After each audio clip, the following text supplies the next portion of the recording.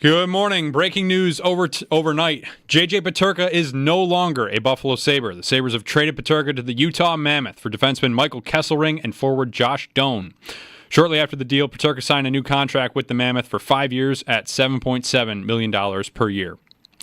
On top of the Peterka trade, reports are still swirling that the Sabres are close to a Bowen Byram trade, though no reports on any potential destinations as of yet. In other NHL news, the NHL and NHLPA are meeting to discuss new terms on the next collective bargaining agreement that doesn't expire until 2026. But one main topic of discussion is increasing to an 84-game season rather than 82. Darren Dreger also reported yesterday the NHL is looking to expand once again, with frontrunner cities being Atlanta and Houston. The NHL draft is tomorrow night at 7 o'clock. Be sure to stay tuned to all our draft coverage throughout today and tomorrow and the weekend right here on WGR. Coverage of the NHL draft is brought to you by Outlet Liquor. When you need to stock up, it's the place to buy a case. What's your outlet? By Fiegel Car and Joyce, your border attorneys. And by Dash's Market, serving Western New York for over 100 years. Shop the family of finer foods. The NBA draft was last night. Unsurprisingly, the Dallas Mavericks select 18-year-old Cooper Flagg with the first overall pick. Flagg played one season for Duke, recording 19 points per game for the Blue Devils. That's your Paddock Chevrolet Sports Update. Paddock Chevrolet, celebrating 90 years of being your hometown dealership. I'm Josh Schmidt for WGR Sports Radio 550.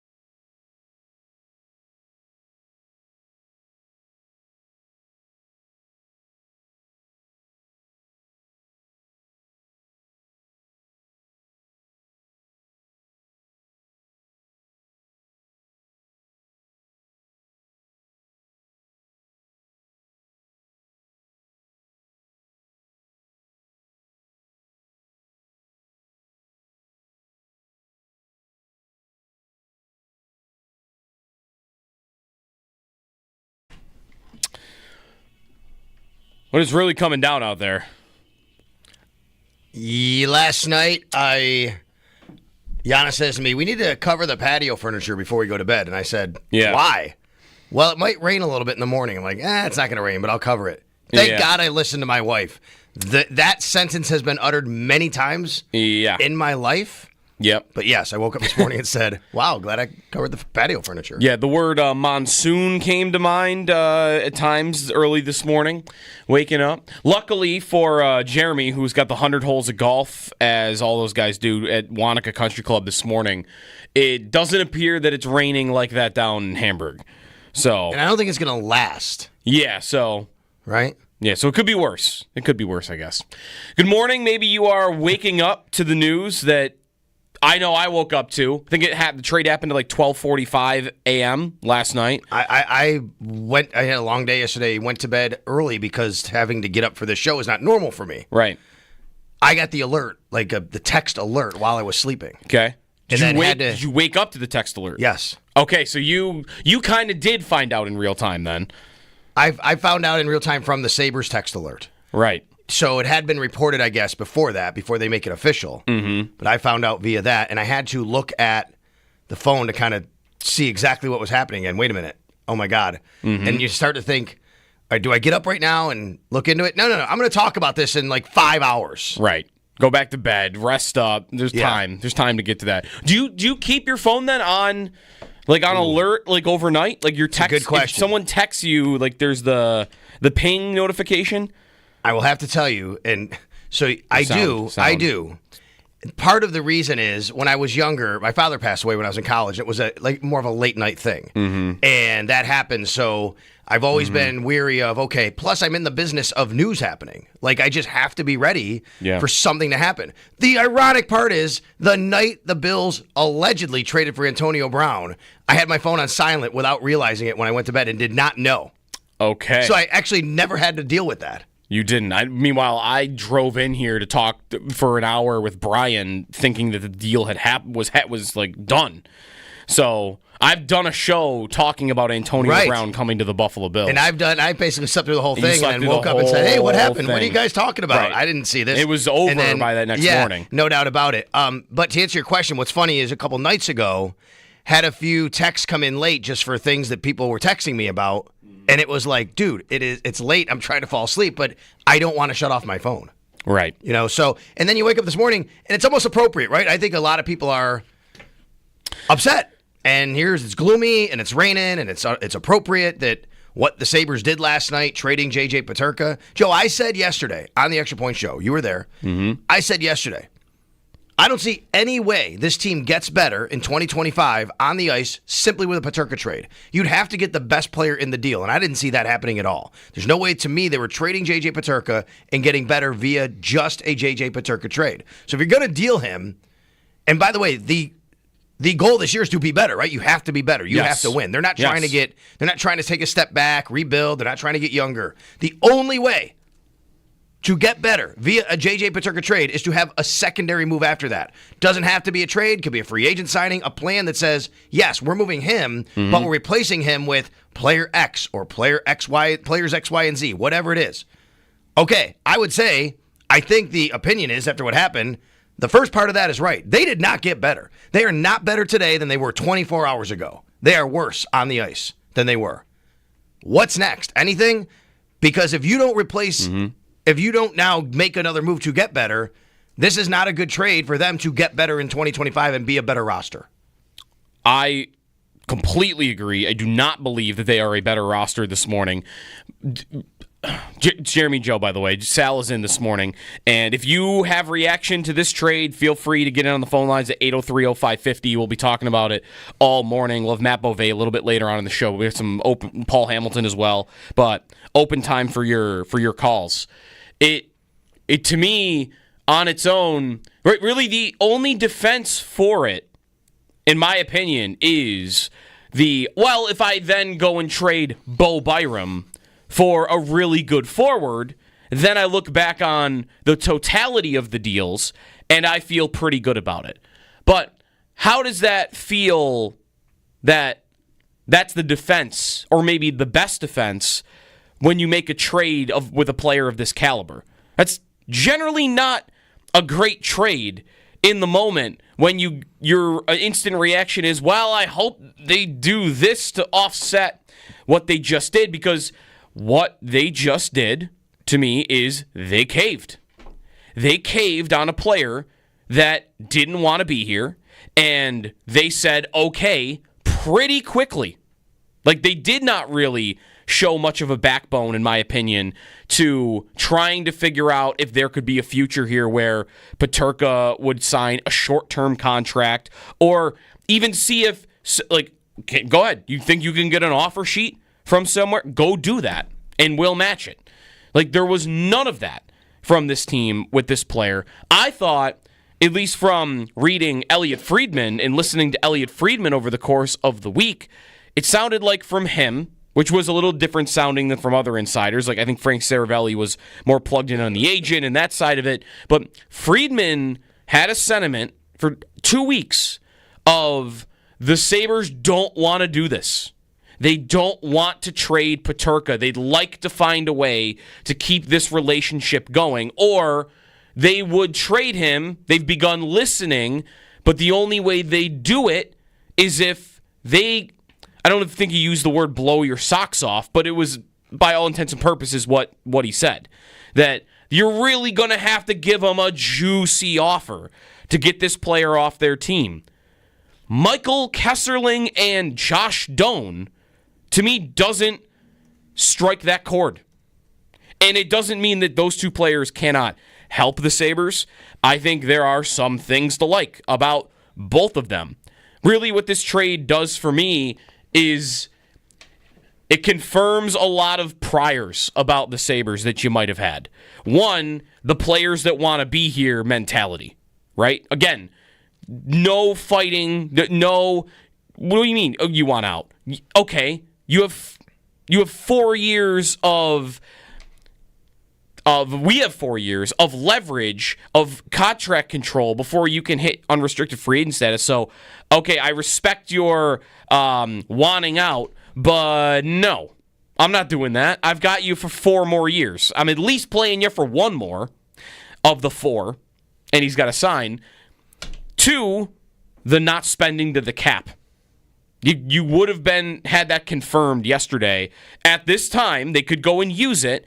Like, oh, and I woke up to your tweet of like, well, now the Sabres do have all this cap space to use. And I'd love for that to be true. How confident are we, though, that the Sabres are going to turn around and they're now viewing this as, man, we got $21 million in cap space now after trading Peterka. And we didn't have to pay him $7.7 million, which is what he signed with Utah. So we can go use that. That's not how I approach that. That's not how I think about it on the surface. It's, oh, they're not going to spend to the cap again. Because they traded a player that cost almost $8 million, and they replaced him with a couple of players that make less than $2 million total. So that prior would be confirmed. And the other one, which this isn't necessarily a negative one, this is something I think we've known about them for 2 years, which is they want to be tougher to play against. They absolutely want to be tougher to play against. And I think they did that with this trade. They got a good defensive defenseman who I've seen described, even though he's 6'5", as physical, but he's not like the meanest defenseman. He will drop the gloves if he needs to, but he's not going to be a bone-crushing hitter out there. So that helps you. And then Josh Doan looks like he's a player that makes a really solid defensive impact. But what did I give up to get tougher to play against? You know? Like, I gave up my second best 5-on-5 scorer. Peterka's not great in the power play, but I gave up a lot of goals, a lot of points, and a lot of contract control to get 2 players that are pretty good. The only thing that you might get to me, to say, look, I get it, you kind of had to do it this way, is looking at the number he signed with in Utah. Yeah. 7.7 for how many years? 5 years. 5 years. 5 years, 7.7 million. 7.7 for 5 years. Mm-hmm. And I could see fans right now saying, yeah, I'm not paying JJ Peterka that much. Like, if that's what his asking price was and he was going to make things really difficult on this organization. But I'll go back to, but you had control here. Like, you had leverage. Is he going to sit out the whole year? You're going to qualify him, and what's he going to do? Go to Germany and play? Mm-hmm. I guess he could do that. And Joe, there is a scenario. And remember we talked yesterday. We said yesterday, we wondered what Kevin Adams meant by, I'll have more specifics. I can get more specific after the draft. Right. If Kevin Adams tells us, and we don't know if he's going to do this or not, if he tells us after the draft, look, guys, the reality is J.J. Peterka was going to make things very difficult and said, and we didn't know how long this could go. We could get to September. He's not playing for us. We had to make a move here because this is what he wanted. We didn't want to do that, right? It's kind of the James Cook situation, but different because the Bills actually, he's under contract and football's different, but you know how you say it could get ugly. And if he says that, and you get to, we had to do that, and then you think, well, how many other teams were willing to pay him 7.7? That's why you got this return. Utah was willing to do it, not as many teams, so you have less bidders. That's to me, that's the only kind of the best way to get to, I can make a little more sense of this, because otherwise, what I keep coming back to is you got to be better in 2025. That's the goal. Everyone knows, everyone stated it, people's jobs are on the line. This trade in itself does not make you better. 7.7 for 5 years, would you have been okay with that? If they did this, if we woke up today instead to the Sabres just signed J.J. Peterka to 7.7 over 5 years, what's your reaction? I think it would have been great news. I think it would have been great news because I don't really view 7.7 as that expensive for a player of his caliber. I don't disagree. I think actually we have yet to, as a fan base, been... I mean, he'd be that's more than Tage, by the way. He'd be the second highest paid player. Josh Lindor, 7.9.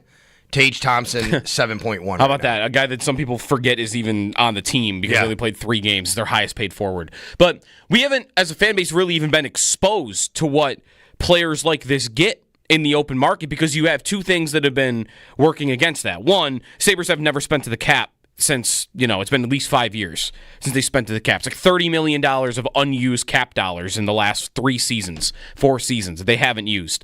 So that's one part of it. The other part of it is they sign guys so early that you never go through this with Tage, where Tage at $7.1 million. Guarantee you Tage is not a $7.1 million hockey player. He's closer to a $10 million hockey player. The other thing now is the cap has gone up big time.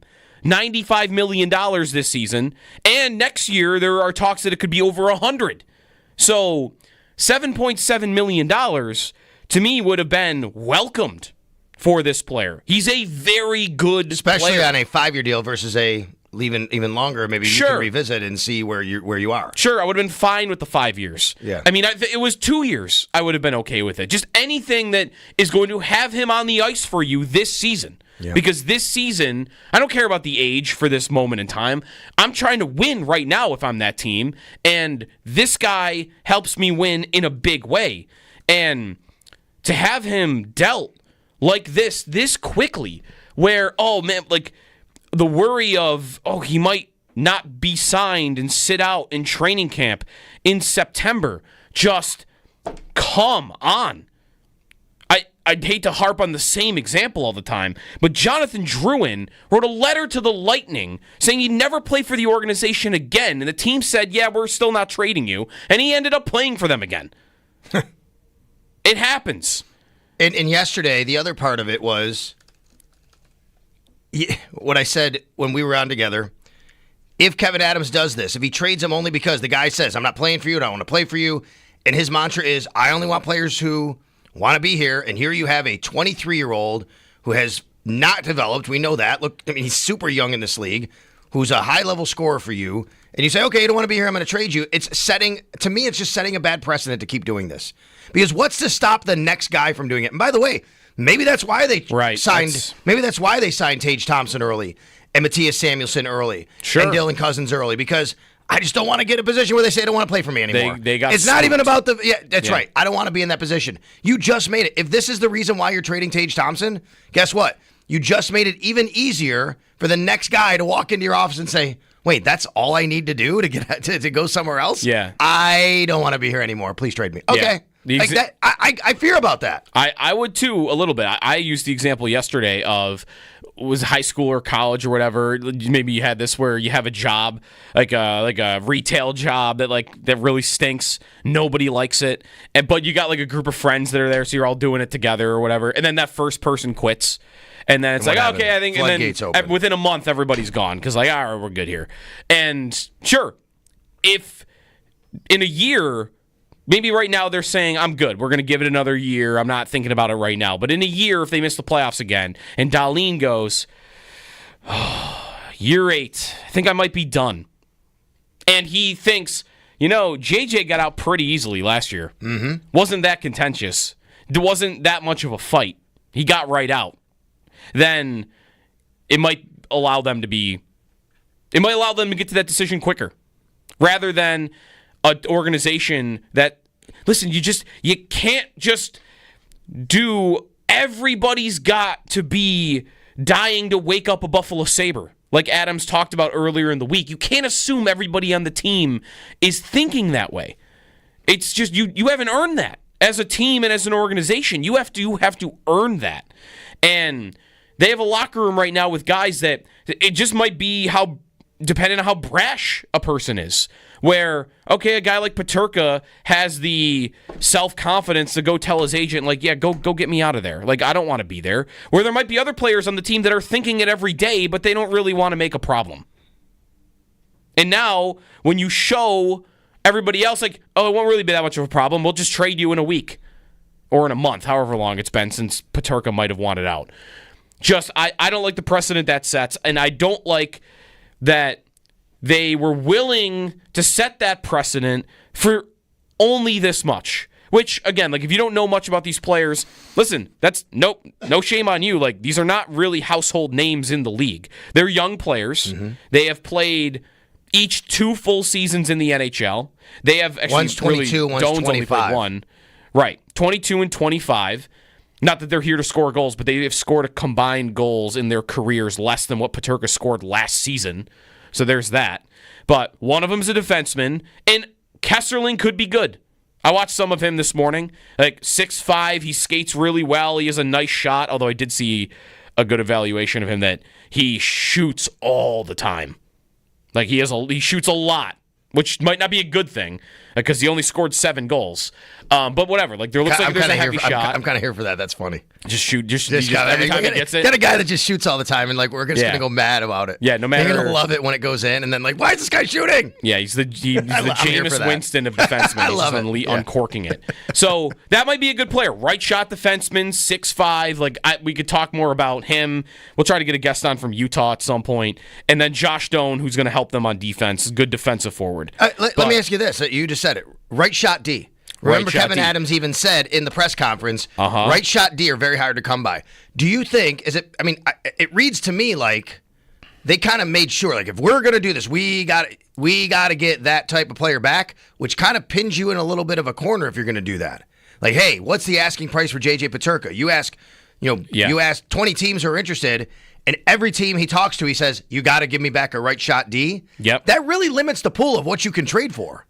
It does, and I don't, man, I think they probably did prioritize that in a big way, and I would question that. I would really question that because the whole left shot, right shot D, I do feel like it is way overvalued, especially when the Sabres specifically have 2 defensemen that lead that position group. One in Dahlin, who has spoke openly about that he prefers the right side because it gives him more passing angles as a defenseman. And then 2, Adams is the one who said this, not anybody else, at the end of season press conference when asked about right shot, left shot D and Owen Power. He said that they had numbers that indicated Power is better on the right side than he is on the left. I guess that's not true, or it's true and they just don't care, or they just think that the future he'll be better on the left. I don't know, but I didn't have any problem with Dahlin and Power playing on their offsides, and I think that if they acquired a lesser player because he's a righty instead of a lefty, that's not going to sit well with me. But he is right. Like there are not a lot of right shot D that are available. They are way overvalued in the league.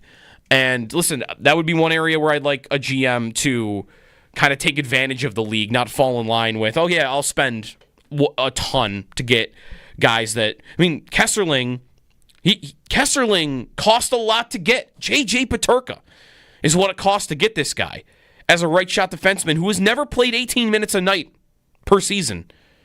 He's played it in a single game, I'm sure. 17 minutes and 41 seconds. Okay, let's hear what they have to say about an increased role, because I would imagine they're putting him on the ice 20 minutes a night, at least, to make this trade worth it. Well, I want to get into today to what could be next, because you have to start thinking now about what they could do. For sure. But I'm looking at the number, and I'm thinking about the conversation. Did you hear yesterday the conversation I had with Josh about, how offer sheets work with the AAV compared to a normal AAV? Yeah, I think so. So if you sign a player to an offer sheet, it doesn't matter if it's 6 years or 7 years or 10 years. You only take the total value and squeeze it to 5 years for the compensation purposes. Interesting. I didn't know this until Marty brought it up on Sabres Live.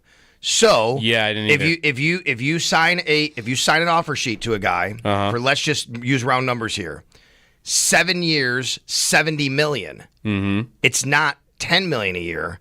For the compensation purposes, it's 70 divided by 5, not 7. Really? Yes. So I'm looking at the number. I'm like, so that's why Marty said this a couple weeks ago. He said that's why offer sheets are generally no longer than 5 years. Now I look at Peterka's contract. He signs 5 years, 7.7. I'm thinking that maybe Utah made it known to Buffalo, we're going to sign him to an offer sheet of 7.7. You look at that AAV of 7.7. Offer sheet. What is the comp? 2 firsts, a second, and a third. I'm sorry.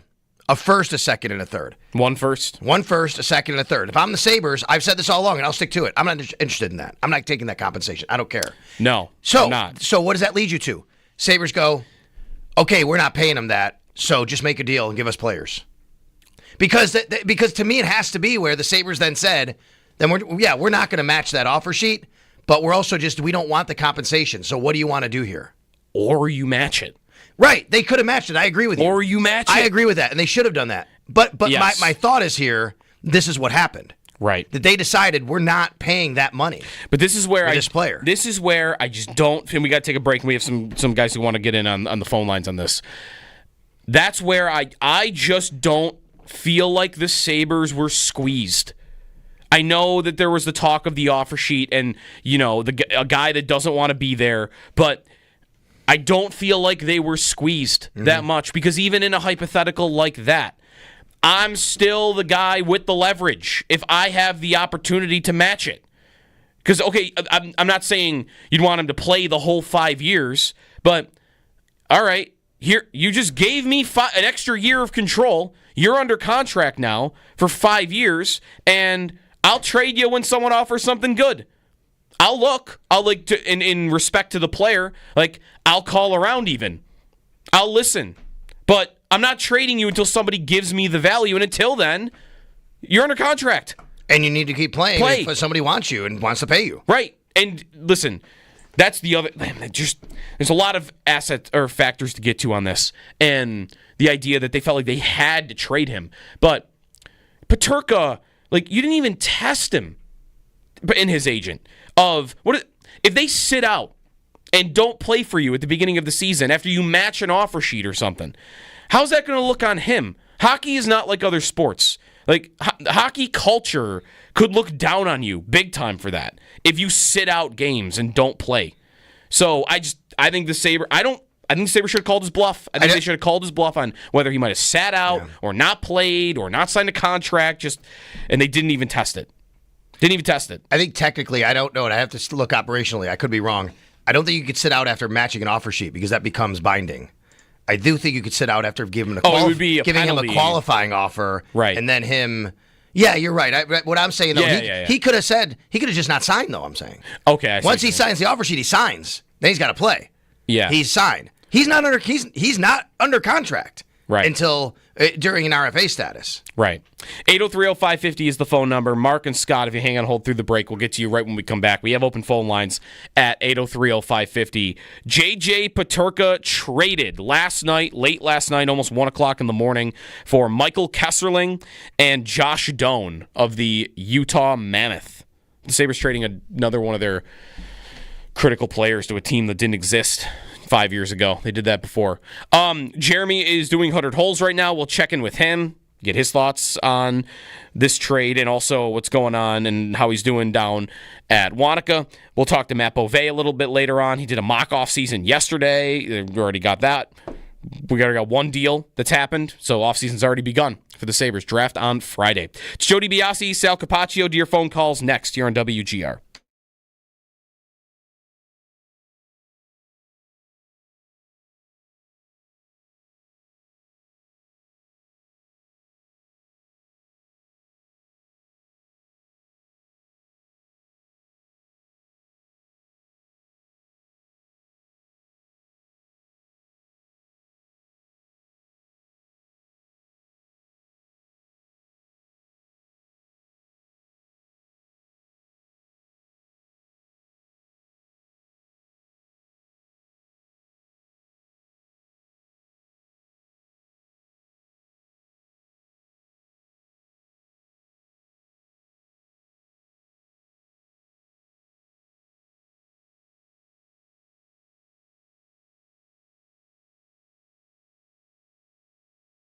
Really what this trade does for me is it confirms a lot of priors about the Sabres that you might have had. One, the players that want to be here mentality, right? Again, no fighting, no, what do you mean? Oh, you want out? Okay, you have 4 years we have 4 years of leverage, of contract control before you can hit unrestricted free agent status. So, okay, I respect your wanting out, but no, I'm not doing that. I've got you for 4 more years. I'm at least playing you for 1 more of the 4, and he's got to sign. 2, the not spending to the cap. You would have had that confirmed yesterday. At this time, they could go and use it. Like, Owen, I woke up to your tweet of like, well, now the Sabres do have all this cap space to use. And I'd love for that to be true. How confident are we, though, that the Sabres are going to turn around and they're now viewing this as, man, we got $21 million in cap space now after trading Peterka. And we didn't have to pay him $7.7 million, which is what he signed with Utah. So we can go use that. That's not how I approach that. That's not how I think about it on the surface. It's, they're not going to spend to the cap again because they traded a player that cost almost $8 million, and they replaced him with a couple of players that make less than $2 million total. So that prior would be confirmed. And the other one, which this isn't necessarily a negative one, this is something I think we've known about them for 2 years, which is they want to be tougher to play against. They absolutely want to be tougher to play against. And I think they did that. With this trade, they got a good defensive defenseman who I've seen described, even though he's 6'5", as physical, but he's not like the meanest defenseman. He will drop the gloves if he needs to, but he's not going to be a bone-crushing hitter out there. So that helps you. And then Josh Doan looks like he's a player that makes a really solid defensive impact. But what did I give up to get tougher to play against? Like I gave up my second best 5-on-5 scorer.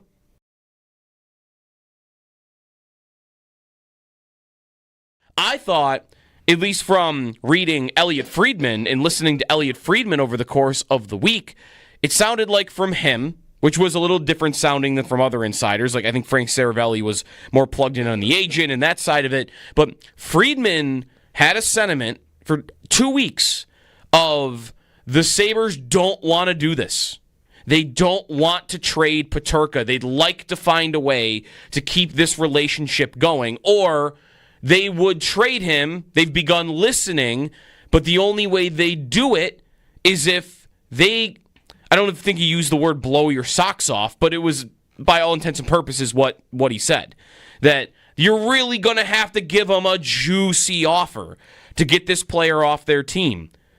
Michael Kesserling and Josh Doan, to me, doesn't strike that chord. And it doesn't mean that those two players cannot help the Sabres. I think there are some things to like about both of them.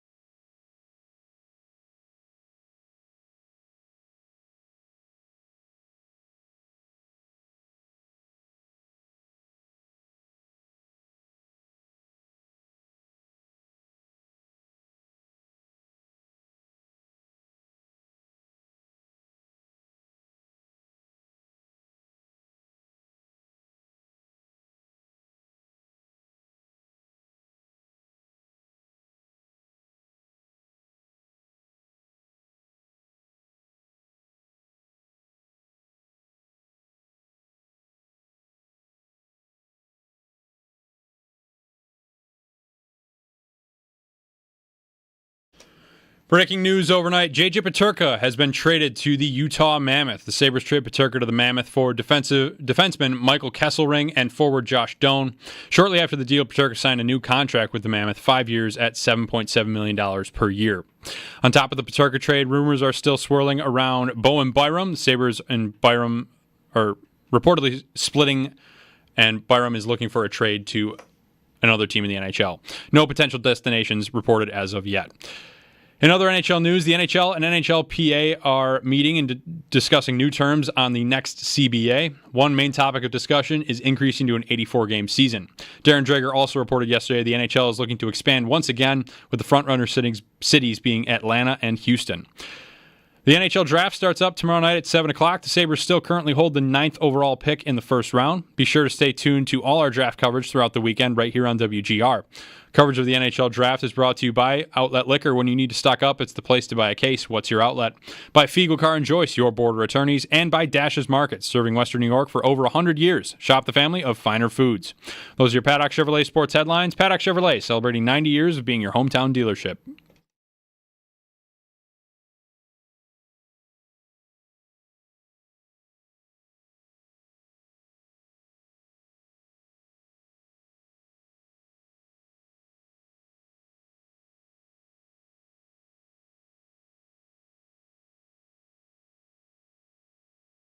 Paying someone more money, hoping that they'll make them happy, isn't usually a recipe for success. You know, you have to have players that buy into and believe what you're doing and wake up every day in Buffalo excited to be a Sabre. I think that's important. In saying that, are there hard conversations with times? Are players at times frustrated with things?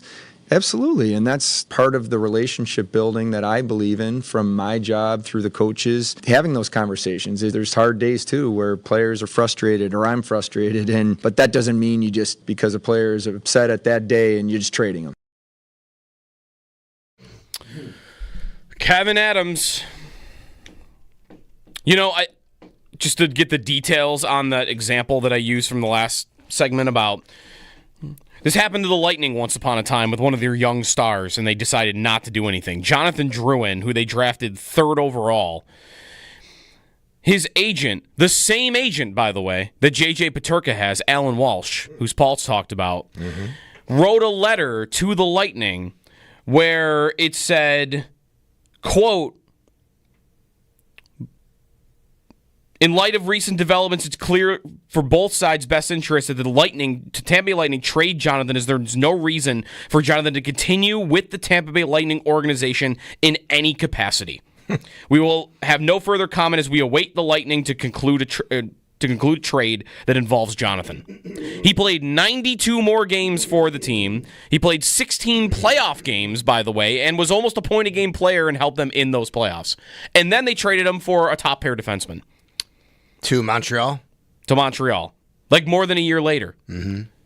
I mean, this team would have traded him in an hour for a third-pair guy. I don't know. J.J. Peterka traded to the Utah Mammoth. Start taking your phone calls on this at 803-0550. On this deal, we'll also get to what's to come next, because I think Peterka leaves a big hole in their forward group with his departure, and we got to get to that too. Also, as Sal brought up in the break, the Sabres traded for Shane Doan's son yesterday. Yeah, so I'm sure many will remember when Shane Doan was being tied to the Sabres, I guess 10 years ago, maybe more now. I don't even remember. Darcy pushed really hard for him in free agency. Yeah, this was like, it was Shane Doan season here for a while. Yeah. And that never happened. No, he didn't want to come. Well, here we are. Yep. Josh Doan, Shane Doan's son, traded to the Buffalo Sabres. Right. After he began his career in Arizona. Yeah. Josh Doan. Mark and Tonawonda's first up this morning. What's up, Mark? Hey, guys. Good morning. Thanks for taking the call. Sure. I think I'm just really frustrated with the Sabres right now, and I think it stems from the meeting with Kevin Adams and Jason Carmanos and them the other day, and it just felt like, I don't know, it felt like he kind of was trolling the fans a little bit, and like he was acknowledging that JJ wanted out. We all could see it by him not saying it. It felt like an embarrassing day, and then to see the trade results this morning, that also felt really kind of embarrassing. So it sounds like you guys are kind of there too, but thanks for listening. Yeah, thanks, Mark, for the call. What's the defense? How do they win it? How do they win this trade? How good does this player, Kesselring, by the way, is how you pronounce his name. The L comes before the R. Kesselring. How good does Michael Kesselring have to be? I go back to Doan. I go back to you can, of course, people will do this. We do this with every trade. What did you get in return of the trade? Yeah, that's fine. I still think there's a path for, if you want to really look at the totality of the picture, for them to get better if they have a plan that's bigger than this. Right. There has to be. You're right. Like it's almost impossible to see the team getting better if this was it. Right? Yeah, you'd have to have these two players. One of them would have to so smash, right? I mean, sure. And I just don't see that happening. So, like, do you see one of these players signing an $8 million contract? No. Right, no, exactly. No. That's the point. So, no way.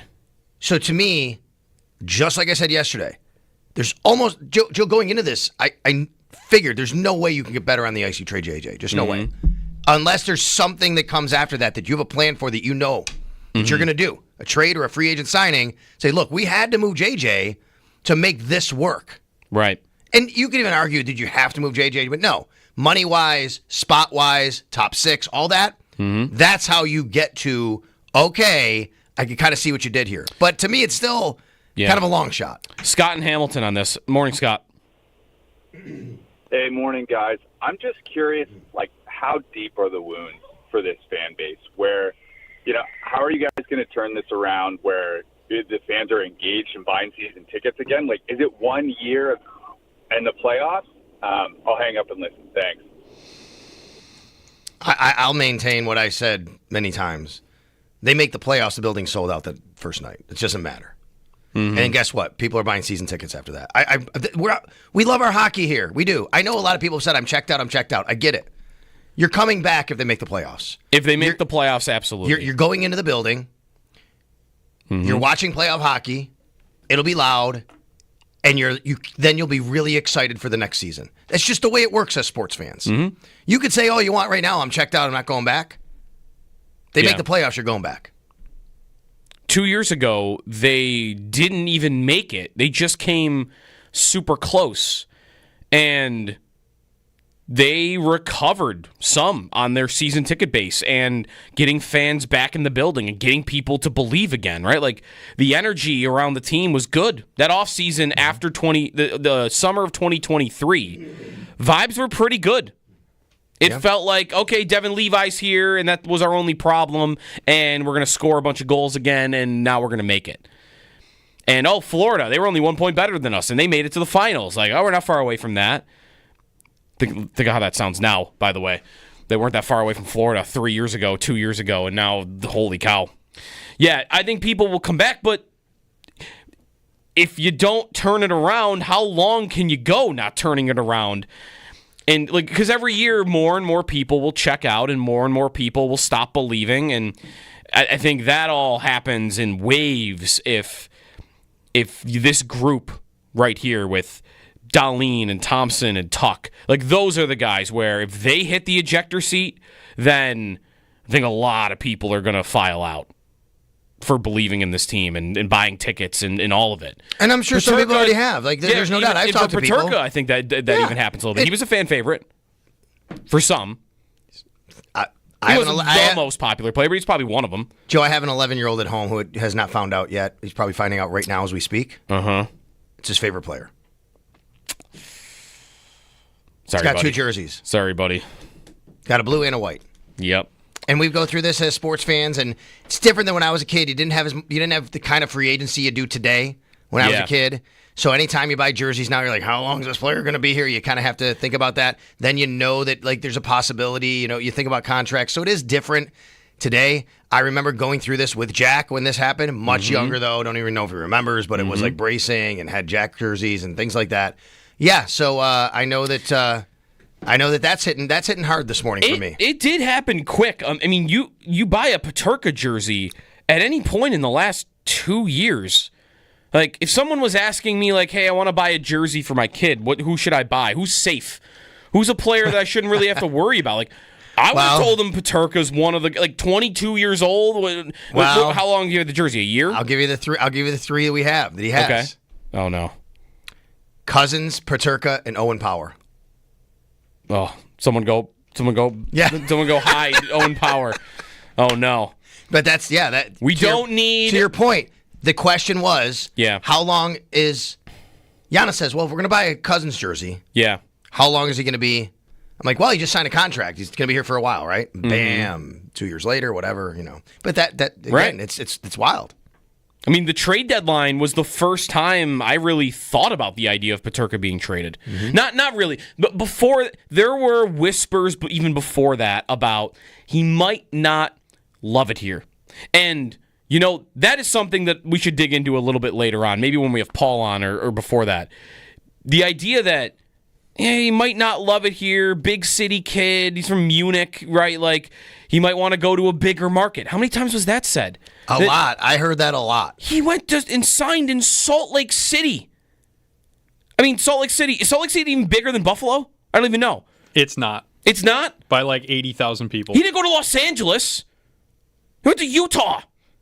I found that weird, too. I mean, they have hosted the Olympics. I mean, you know what I mean? They have a... But come on, he didn't go to a steaming metropolis. Right. No, I get it. But city-wise, you're right. Yeah. It's not even...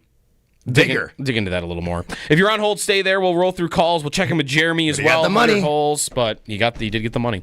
803-0550. It's Jody Biasi and Sal Capaccio here on WGR. I thought, at least from reading Elliot Friedman and listening to Elliot Friedman over the course of the week, it sounded like from him, which was a little different sounding than from other insiders. Like, I think Frank Saravelli was more plugged in on the agent and that side of it. But Friedman had a sentiment for 2 weeks of the Sabres don't want to do this. They don't want to trade Peterka. They'd like to find a way to keep this relationship going, or they would trade him. They've begun listening, but the only way they do it is if they... I don't think he used the word blow your socks off, but it was, by all intents and purposes, what he said. That you're really going to have to give him a juicy offer to get this player off their team. Michael Kesserling and Josh Doan, to me, doesn't strike that chord. And it doesn't mean that those two players cannot help the Sabres. I think there are some things to like about both of them.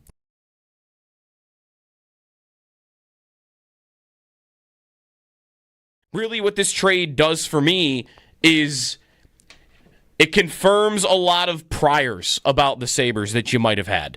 One, the players that want to be here mentality, right? Again, no fighting, no...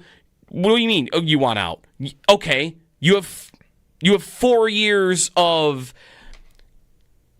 we have 4 years of leverage, of contract control before you can hit unrestricted free agent status. So, okay, I respect your wanting out, but no, I'm not doing that. I've got you for 4 more years. I'm at least playing you for 1 more of the 4, and he's got to sign. 2, the not spending to the cap. You would have had that confirmed yesterday. At this time, they could go and use it. Like, and I woke up to your tweet of like, well, now the Sabres do have all this cap space to use. And I'd love for that to be true. How confident are we, though, that the Sabres are going to turn around and they're now viewing this as, man, we got $21 million in cap space now after trading Peterka. And we didn't have to pay him $7.7 million, which is what he signed with Utah. So we can go use that. That's not how I approach that. That's not how I think about it on the surface. It's, they're not going to spend to the cap again. Because they traded a player that cost almost $8 million, and they replaced him with a couple of players that make less than $2 million total. So that prior would be confirmed.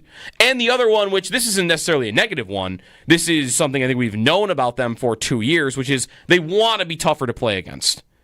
They absolutely want to be tougher to play against. And I think they did that with this trade. They got a good defensive defenseman who I've seen described, even though he's 6'5", as physical, but he's not like the meanest defenseman. He will drop the gloves if he needs to, but he's not going to be a bone-crushing hitter out there.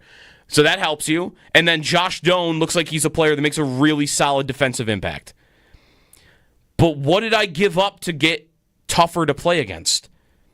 I gave up my second best 5-on-5 scorer.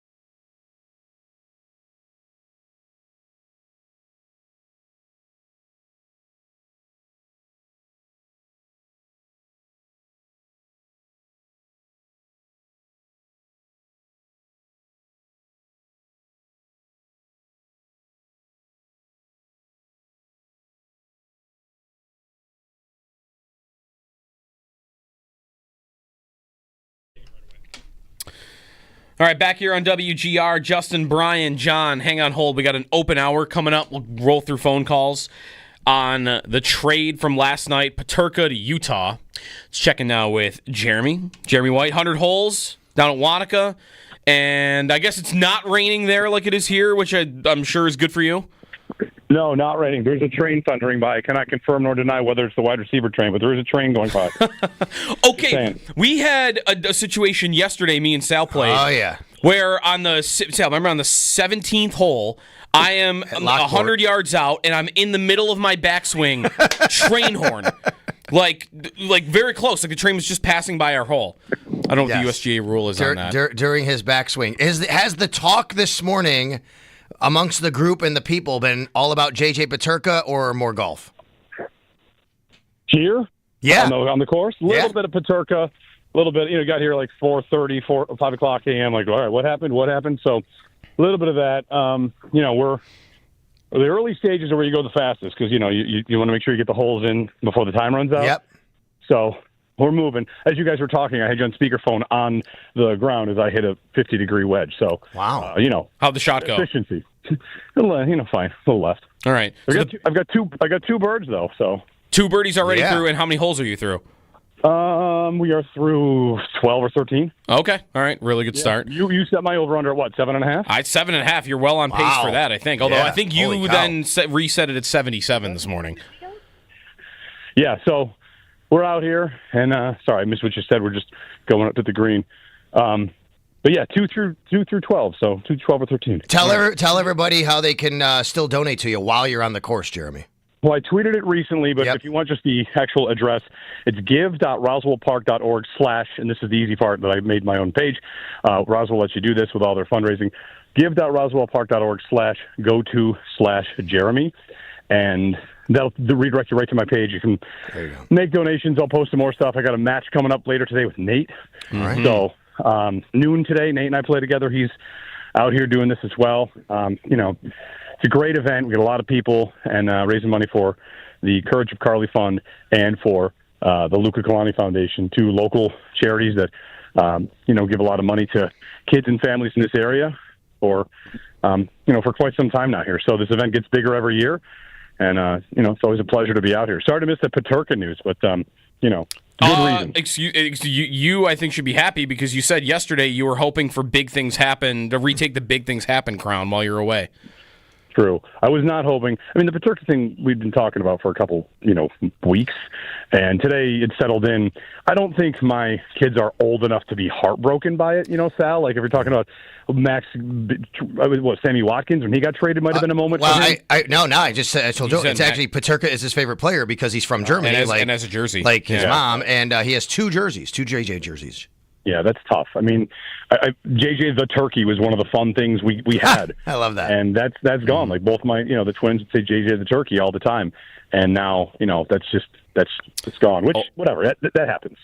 Or they'll be Utah Mammoth fans. Yeah, but you can still call them turkeys in Utah. That's okay. Hey, what about from a hockey standpoint quickly from you? How did it hit you real quick, Jeremy? I mean, are they raising a right-handed defenseman like they won a cup? I don't mean to be snarky. They've always been looking for this, so hopefully they finally got one that fits exactly what they want. There's the impartial national hockey writers have quickly gone to, so the Sabres are certainly saving some money here. Instead of committing $7 million to a player, they get 2 players for not a lot of money. So I don't know. It'll take time to see the rest of the offseason, see what Byram can fetch for them. Mm-hmm. So from a hockey standpoint, I can't possibly tell you I know about a mid-pair defenseman from the Utah Mammoths too well, but if it gets the job done, then that's all that really matters. Does it get the job done? Yeah. All right, make that putt. We'll check in a little bit. All right, thanks, guys. All right. Another really easy way, if you want to donate to Jeremy's page, if you just Google 100 holes of golf at Wanaka Country Club, or just Google 100 holes. It's the first link that'll come up, and there's a search bar right there where you can just search Jeremy White. So a couple of different ways to get to it. Courage of Carly Fund, Live Like Luca Foundation, and they're on hole 13. We have the 11-day power play tonight. It's fundraising season. Team WGR takes the ice at 6 o'clock. Owen back on the ice. And expecting a shutout effort for the whole squad. I don't think it's ever happened. Maybe we'll be the first. That would be win 1-0. Maybe the best performance of my hockey career if I can get through 3 hours. It's a long time. It's right, because really it's more like 4 shutouts. Right. Right. Or at least it's 3. Gonna be, there's a lot of hockey coming our way. It's gonna be fun. Tonight at Harbor Center. All right, back to Peterka, the trade last night. You're waking up with us. He is a member. I have to put a member in it because it's not a plural team name, right? He's a Utah Mammoth now. There you go. What a life we've lived. The last time they made the playoffs, the Thrashers were still in the league, and now they're trading their best players to the Utah Mammoth. Yeah, I always struggle with that, too. Are. Is he a Buffalo Bill? He's a member of the Buffalo Bills. I hate saying it without the S. Right. Well, he's a mammoth, I guess. John, Justin, Brian will roll through your phone calls, and we've got other open phone lines as well. On this trade, is there a defense for it at all? Does anybody want to like it? Let us know here on WGR.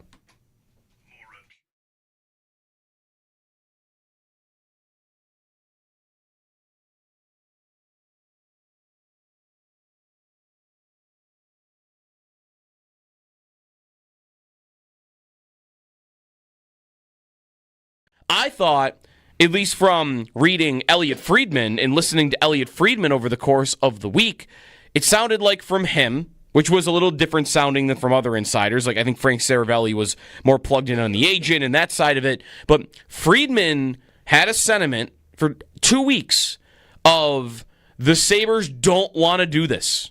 They don't want to trade Peterka. They'd like to find a way to keep this relationship going, or they would trade him. They've begun listening, but the only way they do it is if they, I don't think he used the word blow your socks off, but it was, by all intents and purposes, what he said.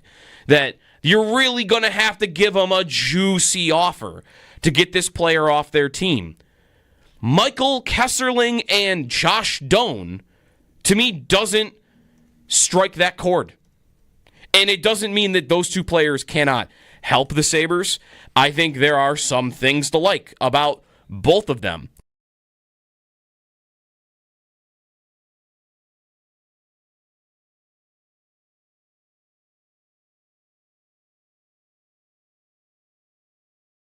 Really what this trade does for me is it confirms a lot of priors about the Sabres that you might have had. One, the players that want to be here mentality.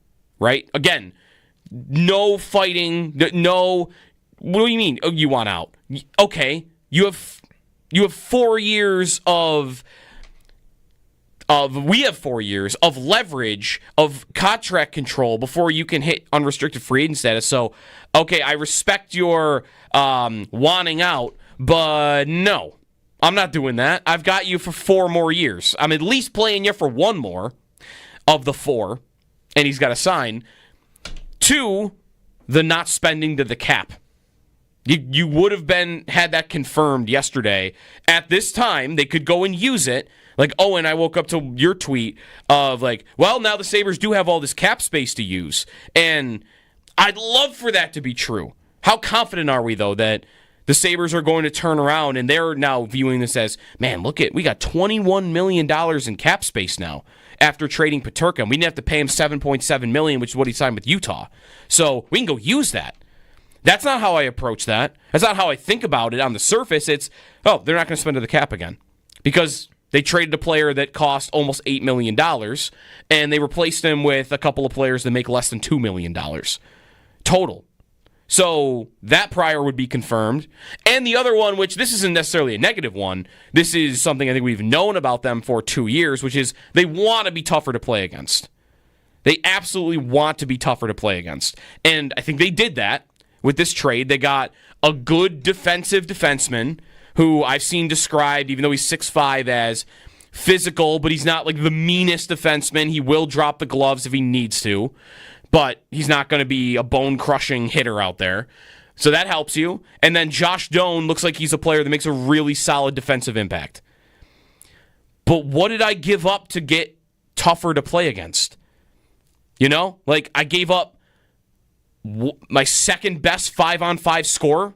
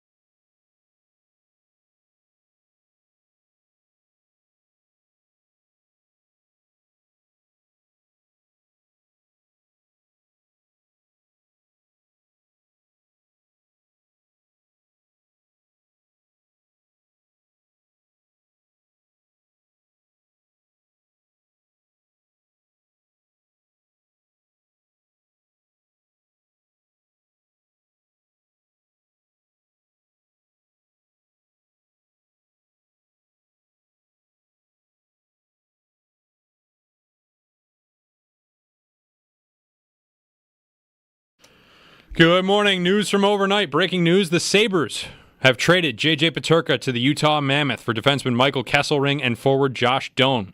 Shortly after the deal, Peterka signed a new contract with the Mammoth, 5 years at $7.7 million per year. Some trade rumors still swirling around the Sabres as Bowen Byram reportedly still on the move. No destinations reported as of yet, but the trade is still out there. In other NHL news, the NHL and NHLPA are meeting to discuss new terms on the next collective bargaining agreement. One main topic of discussion is increasing to an 84-game season rather than 82. Darren Dreger also reported yesterday that the NHL is looking to expand once again, with front-runner cities being Atlanta and Houston, but other cities are still in the mix as well. The NHL draft starts up tomorrow night at 7 o'clock. Stay tuned to all of our draft coverage throughout the weekend right here on WGR. The Sabres still currently hold the 9th overall pick in the draft.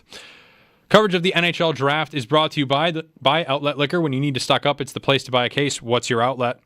By Fiegel Car and Joyce, your border attorneys, and by Dash's Market, serving Western New York for over 100 years. Shop the family of finer foods.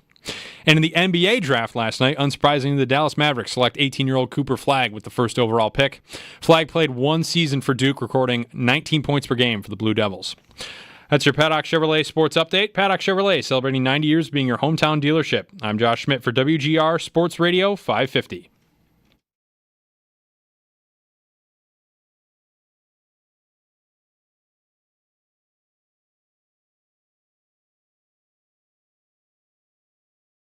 Carried up ice, a 2-on-1 on entry. J.J. Peterka fires and scores!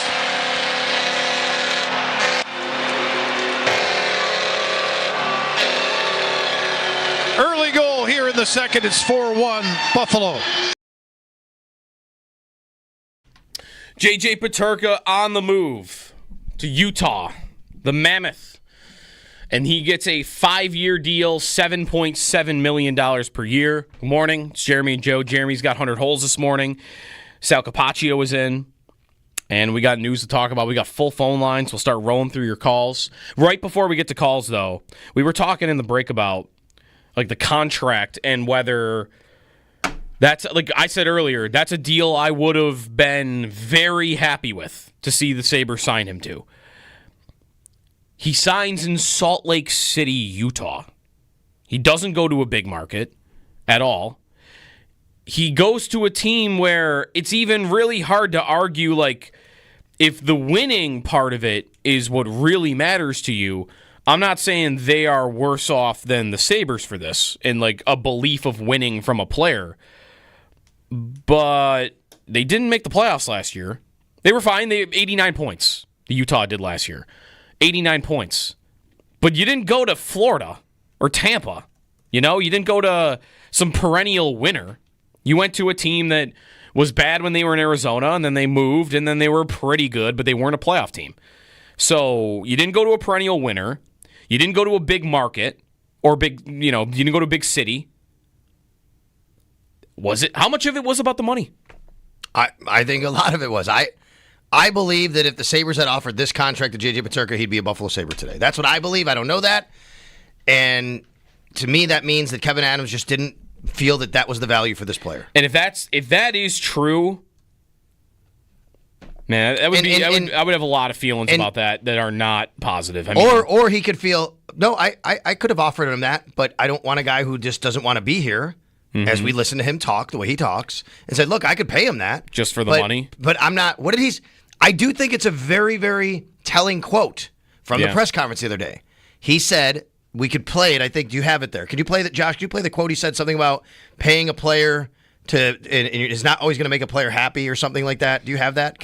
Let's play this right here. All right? Josh is going to fire it up here. Here we go. Paying someone more money, hoping that they'll make them happy, isn't usually a recipe for success. You know, you have to have players that buy into and believe what you're doing and wake up every day in Buffalo excited to be a Sabre. I think that's important. In saying that, are there hard conversations with times? Are players at times frustrated? I think it's important to note here, to me, like, I guess I should say, I think what he's saying is, I could pay J.J. Peterka what he wants, and he'll sign it. I don't think that helps our team because he's not going to be happy here, and we're dealing with this. Man, And I'm not telling you it's the right approach. No, I think it's his approach. I think he's got the wrong approach if that's the case. You are Buffalo. You are the Buffalo Sabres. Come on, man. Even if that were true, you only have so many avenues to get talented players and to keep talented players. And there would be a lot of players that wouldn't even take your money. You could go offer Mitch Marner $15, $16 million a year, and he probably will say no to you. If a guy wants to come to your team because you're willing to overpay, this is professional sports. That happens every single day, and it works sometimes. Not all the time. Mario Williams came for $100 million. He was really good for the first 3 years. He was awesome. Sure, he loved the deer in Jim Kelly's backyard, but why'd he come? He came for $100 million. And he was good. Like, that happens. They cannot close themselves off to... They can't close themselves off to, well, not only do I only want players that want to be here, I only want players that want to be here because of the culture and the logo. I mean, you will never get a good roster doing it that way. All right, let's roll through some phone calls. 803-0550 is the phone number. We'll start the hour off with John in Atlanta. Morning, John. Hey, I know you guys got a lot of calls, so I'll try to be pretty quick here. This trade is terrible. Kevin Adams should be ashamed. He says that he doesn't listen to the radio, but he's just as bad a liar as he is a GM. A real team just tells JJ Peterka, deal with it. We'll go into the summer, and then they come to a conclusion, and then people forget about it in 12 months. So being in Atlanta and all the news coming out around like Houston and Atlanta getting expansion teams has really started to make me think that maybe actually the best case scenario long-term for this franchise is it's kind of like a Cleveland Browns situation where they move the team and just start fresh with a new owner, new everything, because the current iteration of the owner that doesn't want to spend money and the rink manager, roller dog GM is not working. Thanks, guys.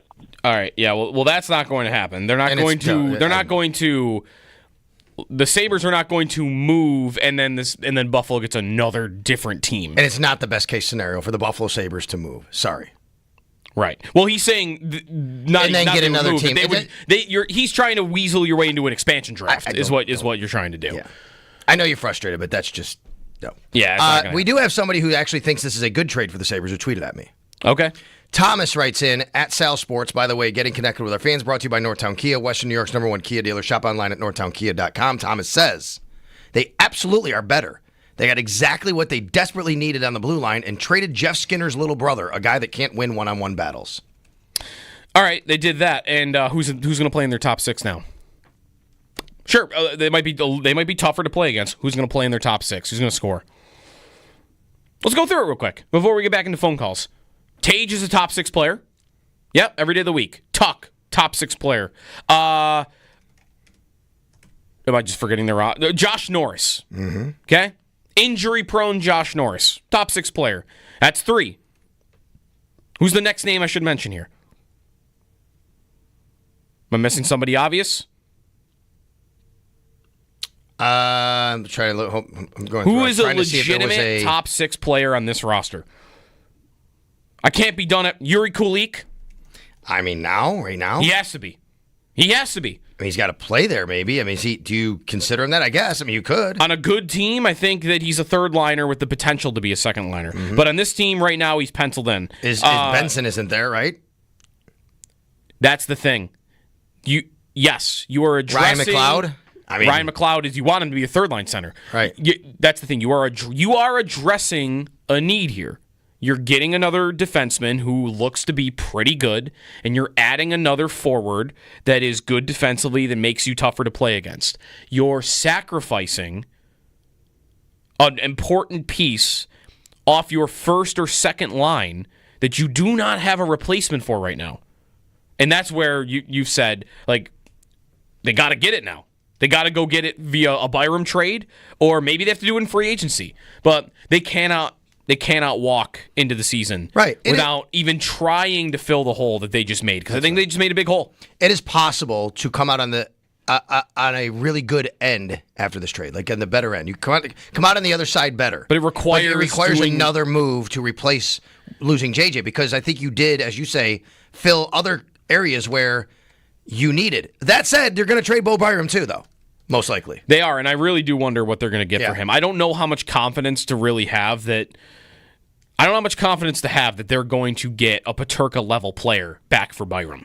I mean, maybe they could, but Peterka was a weird one. 5-on-5 offense, it was elite level production.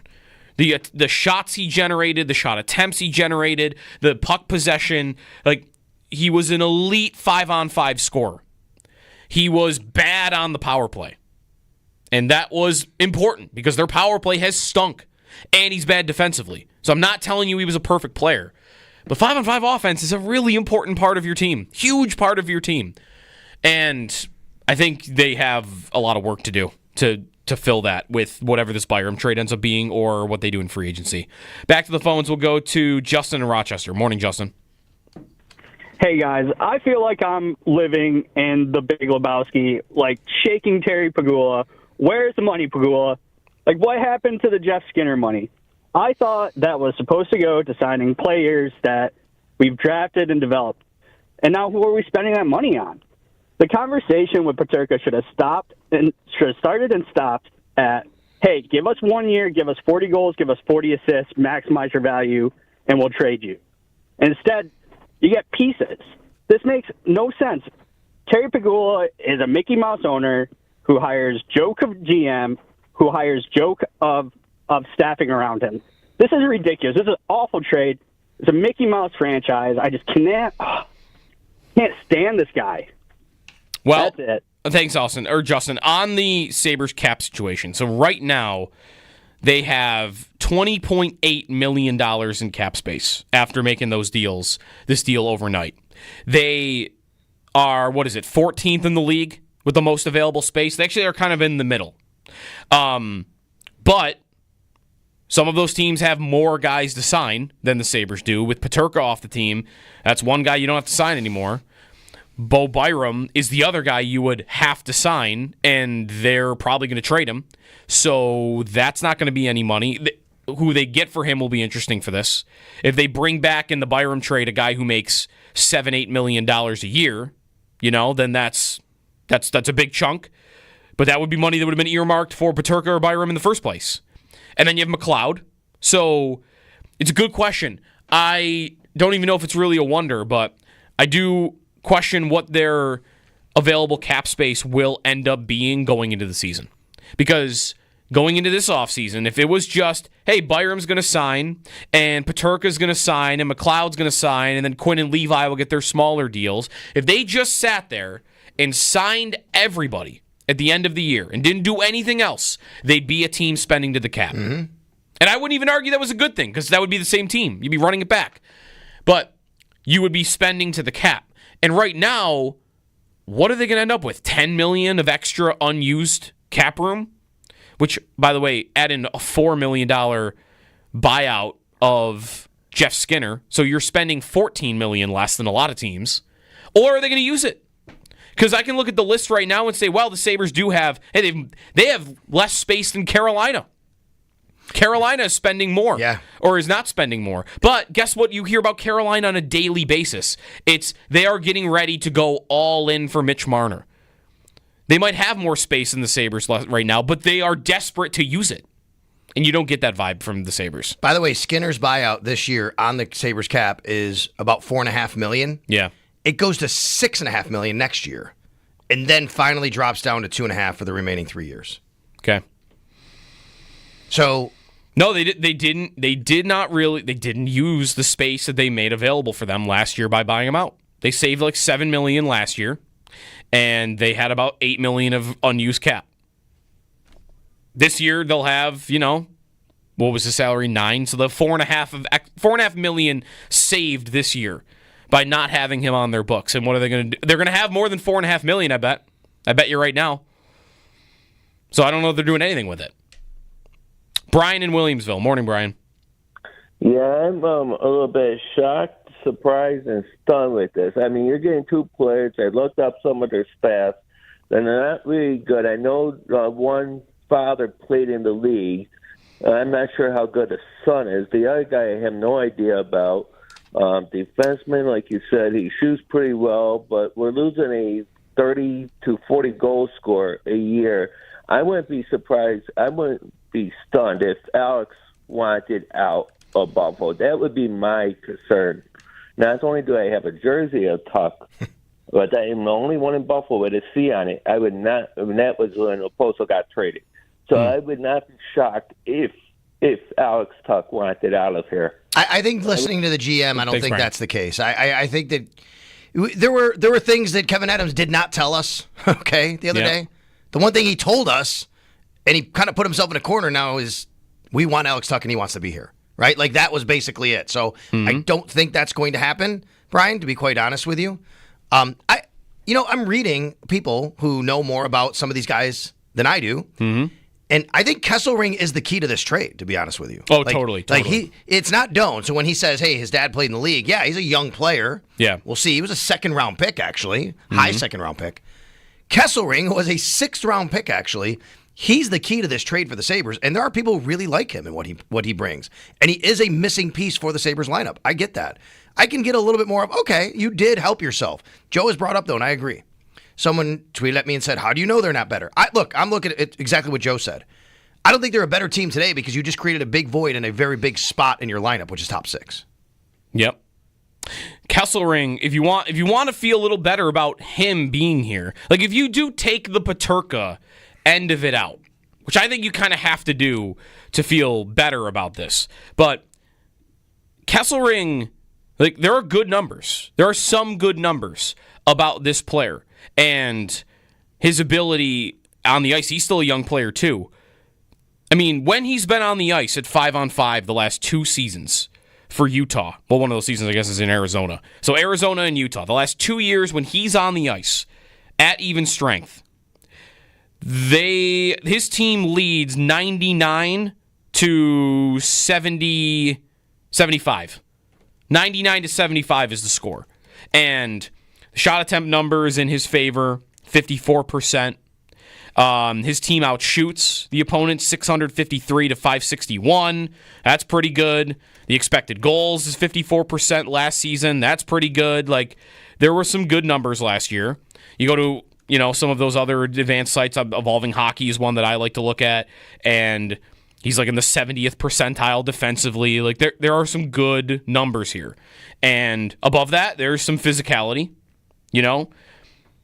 He had not a lot of hits, though, which is always the weird thing to me. Like, I've read, physical, can be physical, I guess, is what I've read. So, I don't know if that satisfies people's appetite to see them be tough. I mean, he had 87 hits last year. That's not a ton. As the morning's gone on, I've seen some people a little bit more warm than I think initial reaction in a lot of our calls. Pasta Joe tweets in, thanks, Pasta Joe. I like the trade. Peterka was not good without the puck, which is the most of his game. Yep. He would have hated the contract the Sabres got him and said, if the Sabres gave him that contract, said, when I saw Kesselring play, he was always noticeable and fills a big void at right shot D. And I like that. Matthew Fairburn of The Athletic actually said this is a player, Kesselring, that they talked a lot about, and he talked a lot about, I think, with his podcast with Chris Baker, and they really like Kesselring, like that part of the deal. So, and I'm guessing Paul, I don't know, we haven't talked to Paul yet. Paul has been saying for a while, like, they got to get better in that area, not as much the Peterka area. So we'll see. There are more people warming up to it, though, as I read. Here's some more numbers on Kesselring from NHL Edge, which is the new player tracking site. Speed bursts over 20 miles per hour. He hit 20 miles per hour 115 times last season. The average in the NHL is 29. He did it 115 times. So he's in the 96th percentile. He is fast. And that's one thing. Just watching this morning, like a 5-minute, shift by shift, view of this player. The thing that I noticed immediately is, he skates really well. Like, he's a very fast skater. His top shot speed last year was 103.7 miles per hour, 99th percentile. Honestly, Tage might be the only one that had a harder shot last season. So we talked about the shot. Shots on goal, he was in the 91st percentile. Again, the skating part of it is really the thing. Looking through all these like skating player tracking stats, like he's fast. So big and that fast. That is an area shot. the Sabres have wanted to concentrate on the last couple of years. Right. Ryan McLeod was a big reason for that. Yeah, like he's a player I do like. Just the more research I do on him, the more I am liking him. But I don't see myself getting to a place where I feel like he was worth JJ Peterka. 803-0550, the phone number. Andrew in Pittsburgh before we hit the break. What's up, Andrew? Hey, good morning, guys. Yeah, I know they got positions they need, but the value is just not there. It's amazing how confident Adams can be, and I'm kind of surprised, the league, when they've had bad owners before, have stepped in. When does the league step in and do something about the Pegula's incompetence? They helped out Ottawa with bad ownership, fought for Arizona for decades, but they just let Buffalo's owner continually make a mess. Thanks, guys. I mean, we're talking about totally different scenarios and situations. They step in when there's like issues with ownership and arenas and cities, and not because you don't like hockey trades. I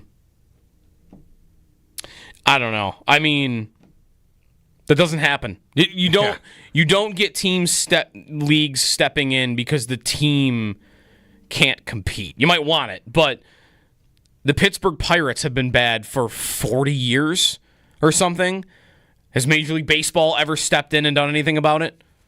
When do they step in? They step in when there are financial problems. Right, that's or like there are arena Ottawa problems or whatever the situation. Arizona, the owner gets arrested. Yeah, that's when it happens. It doesn't. I don't think you will ever get that. No.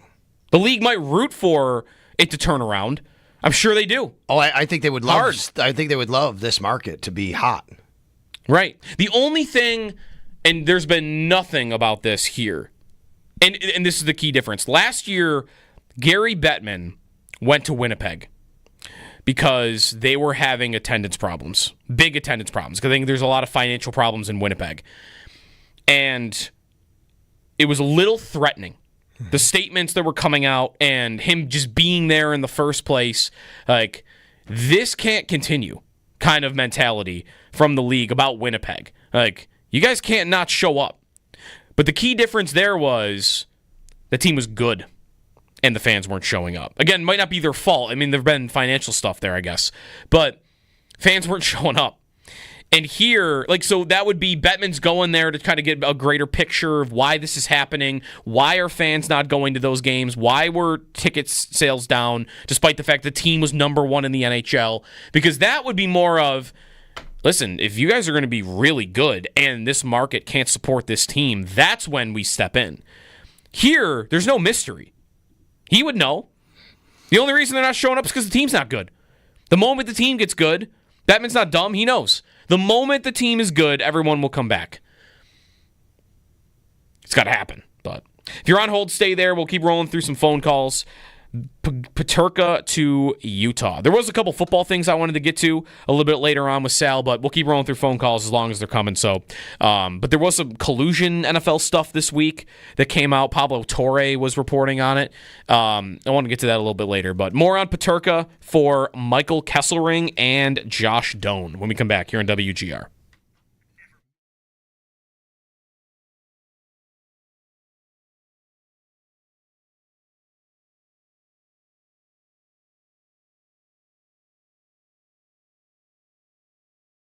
To me, yesterday was a great example of, I listened to the press conference, and, sports, one of the things that sports is a monoculture. We all take in the same thing and then talk about it. It's kind of like The Sopranos or Game of Thrones. Yep. This is the Sabres show. Around here, everybody watches this show. And I watched yesterday's episode, and I came out of that episode thinking, man, wow. I mean, everything about what was said is the wrong tone to take. Am I nuts? The GM kind of approaches everything in some defiant, who are you, who is anyone to doubt me mindset. Like, where'd that come from? What's that about? And I thought how, when we talked to Brandon Beane, he's defiant about the draft, but he's earned it. Right. you can be defined. He's got. We did this. We did this well. We did this well. What are you guys worried about? And even if we don't agree, you kind of have to say like, well, I mean, he's passionate about what he's built, and he's passionate about these decisions, and it's not all been exactly right. But the guy's got a resume. The guy's got some wins on the card. I mean, not a Super Bowl, but whatever. Like, you can bring the receipts, and the Sabres GM cannot do that. No, is it 2 of every 3 times there's a press conference that there is something that is off-putting? Yeah. How often is it? Like, taxes and palm trees maybe swallows everything whole and makes it seem like it happens all the time, but it's starting to happen a lot, I think.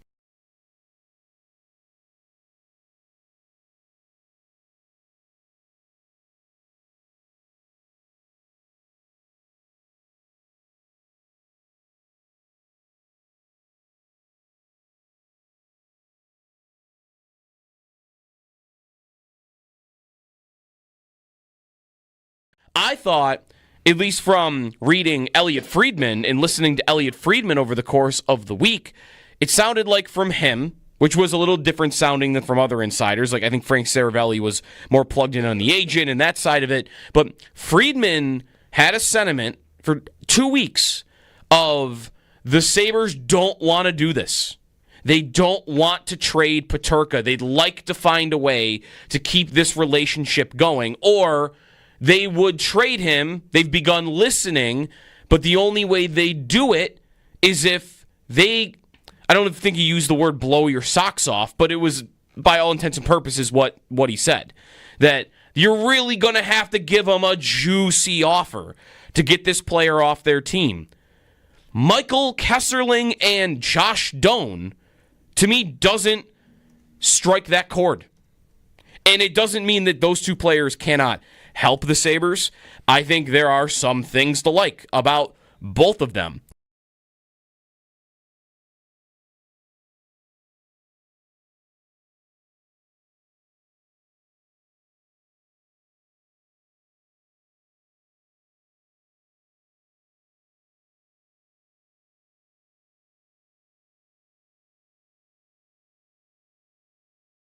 We all know all the stuff, all the smoke about Peterka is real. So that goes back to November when we started to kind of talk about that. Adams would not answer about Peterka, and that's, he doesn't want to lie, okay? So he didn't. He said, I don't want to talk about it. And in that, he basically told the truth without really telling the truth, because he did not do a great job of hiding it at all. No. If there was, maybe he doesn't care. If there was a goal in that press conference to not confirm to everybody that Peterka has asked for a trade, they absolutely did not do that yesterday. Right. Under no circumstance did they do that. I mean, it might be tough because they did talk the way about Alex Tuck, the way you might have hoped they would talk about Peterka, right? Like, oh, we've talked to him and he wants to be here and be a part of the solution. Like, no, we heard you talk about 2 separate players in the same press conference in very different ways. So I don't think there's any hiding it.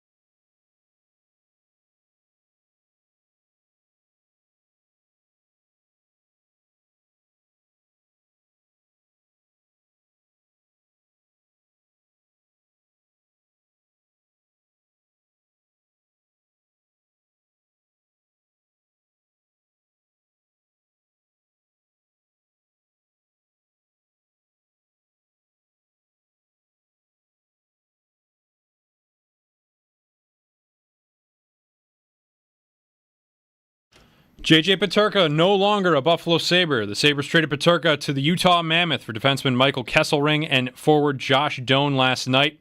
Shortly after the deal, Peterka signed a new contract with the Mammoth for 5 years at $7.7 million per year. On top of the Peterka trade, rumors are still swirling that the Sabres are close to a Bowen Byram trade as well.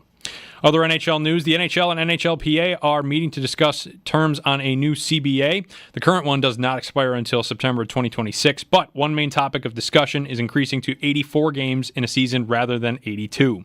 Darren Dreger also reported yesterday the NHL is looking to expand once again, with frontrunner cities being Atlanta and Houston. The NHL draft starts up tomorrow night. Sabres still currently hold the 9th overall pick. Be sure to stay tuned to our draft coverage all throughout the weekend right here on WGR. Coverage of the NHL draft is brought to you by Outlet Liquor. When you need to stock up, it's the place to buy a case. What's your outlet? By Fiegel Car and Joyce, your border attorneys. And by Dash's Markets, serving Western New York for over 100 years. Shop the family of finer foods. Those are your Paddock Chevrolet sports headlines. Paddock Chevrolet, celebrating 90 years of being your hometown dealership.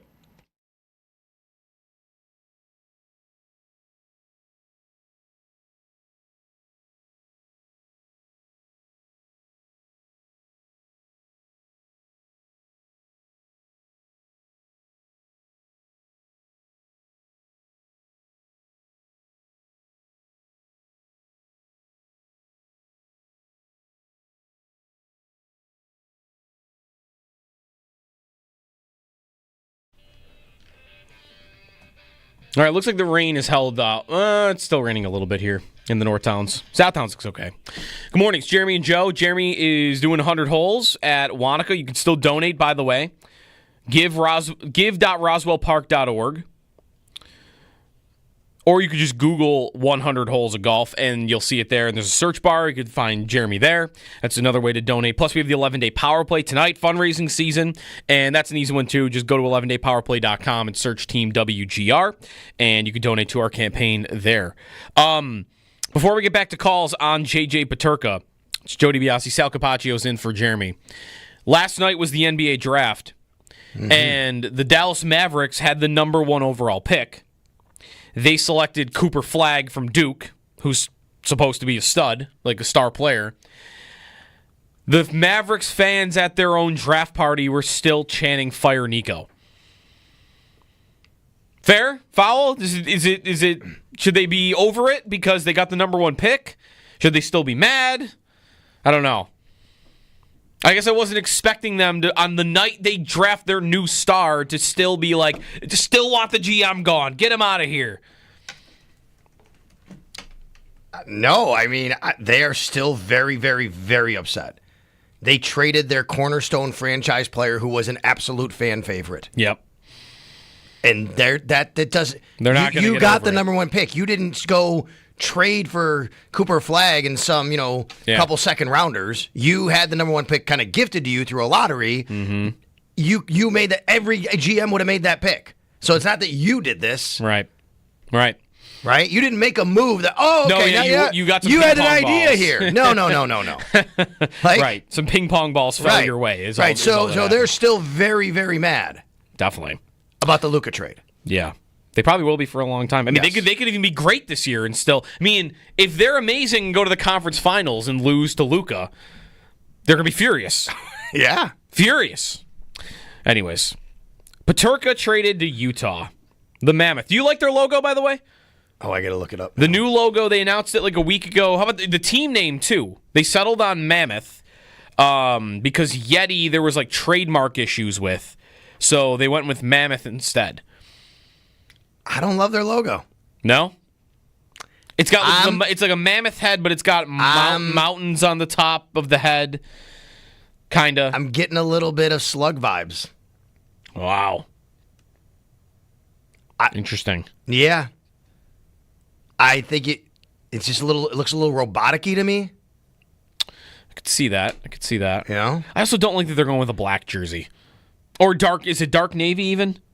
That's part of the part of the point, though. I mean, it depends on which logo you're actually talking about. They do have a few that they unveiled.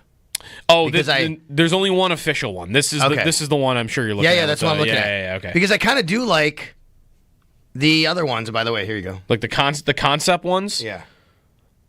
Right? I kind of like that better, too. They wanted to incorporate the mountains, though. I understand that. Peterka to Utah. What's next? Tage to Houston? Sorry, I didn't need to throw that out in the universe. It's not going to happen. We're good. They're just going to make the playoffs. They're just going to make the playoffs and everything's going to be fine, right? Right? Let's go to the phones. Dennis in Lockport's next up. What's up, Dennis? Hey, guys. Good show. Look, I'm going to say it right here.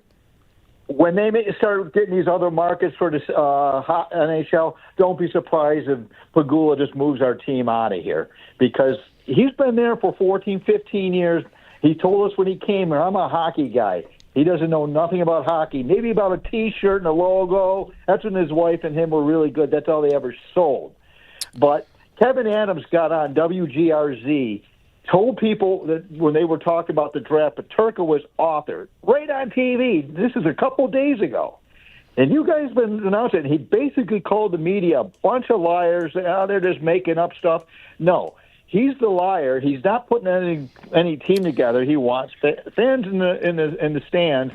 All Pagula wants is all the property he owns downtown, and he's got a winner with the Bills making him a lot of money. He could care less about the Sabres, because if he actually did want to, he was a hockey guy, he would have put something into it, get the right management to take care of that team and make it a winner like it used to be. I mean, there was a time there wasn't where the Sabres didn't make the playoffs, at least. We may not have went all the way through, but we were at least in the conversation for playoffs every year until after Rigas left. And after that, it's been nothing but downhill under Pagula's ownership. All right. So I'm going to leave it at that. Thanks, Dennis, for the call.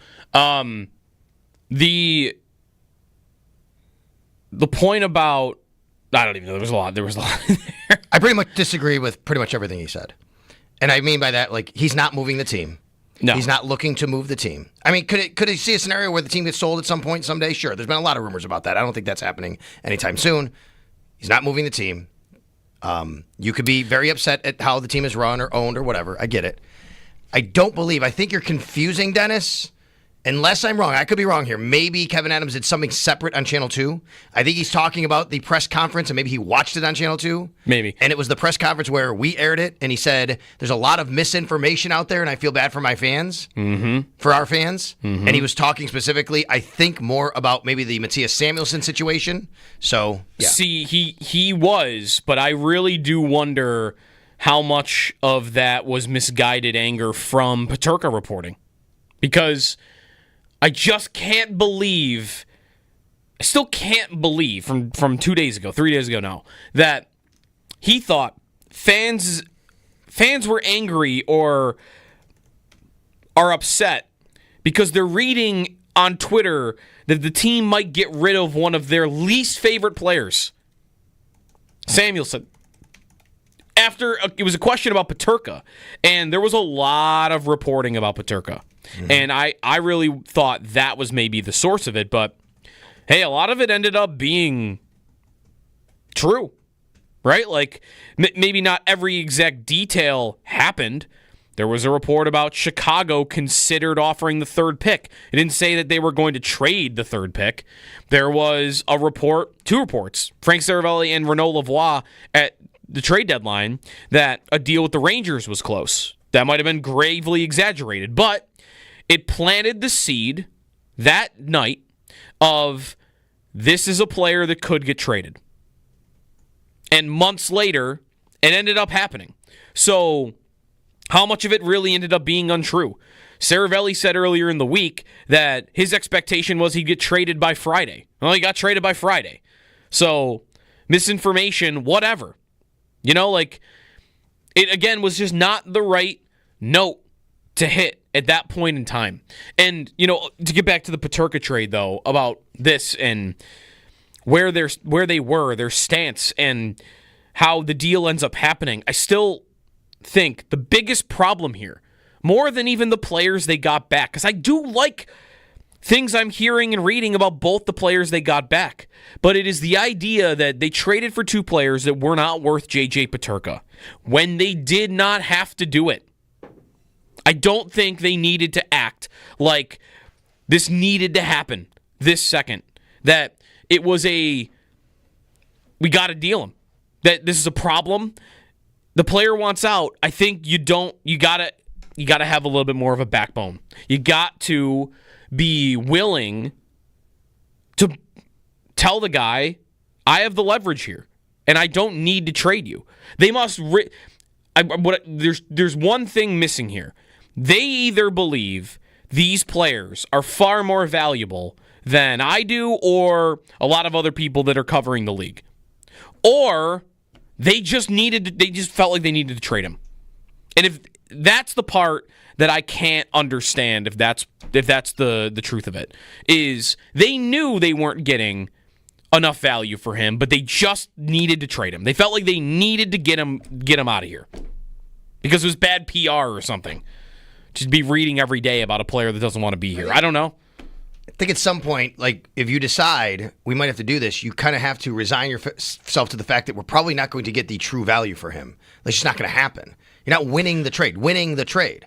So you do as best you can with doing that. And it looks like they got good, serviceable, good players here who can help this team. But you're not even giving yourself a chance to maybe somebody does eventually come at you with a better hockey trade of a 1-for-1, or maybe somebody is willing to go Peterka and Byram or Peterka and another piece for their player. Like, those are the only deals I would have ever moved them for. And again, I like these players. Kesselring looks pretty good. Mm-hmm. I just don't think the value is there. 803-0550 is the phone number. If you're on hold, we'll keep rolling through phone calls. We'll talk to Paul Hamilton in the 8 o'clock hour and then Matt Bove in the 9 o'clock hour. So a lot to get to. Stay tuned. Peterka traded to Utah. Hopefully the weather clears up a little bit. You might have woke up to a rainy morning and the news of this trade. So yeah, hopefully the sun comes out. For the team, too, here on WGR.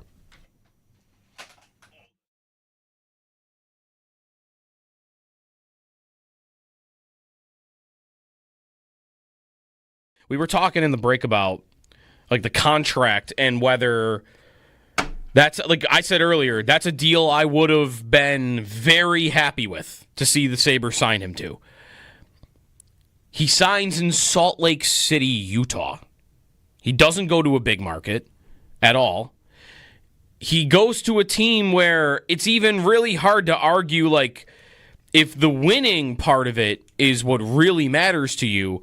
I'm not saying they are worse off than the Sabres for this in like a belief of winning from a player, but they didn't make the playoffs last year. They were fine. They had 89 points. The Utah did last year. 89 points. But you didn't go to Florida or Tampa. You know, you didn't go to some perennial winner.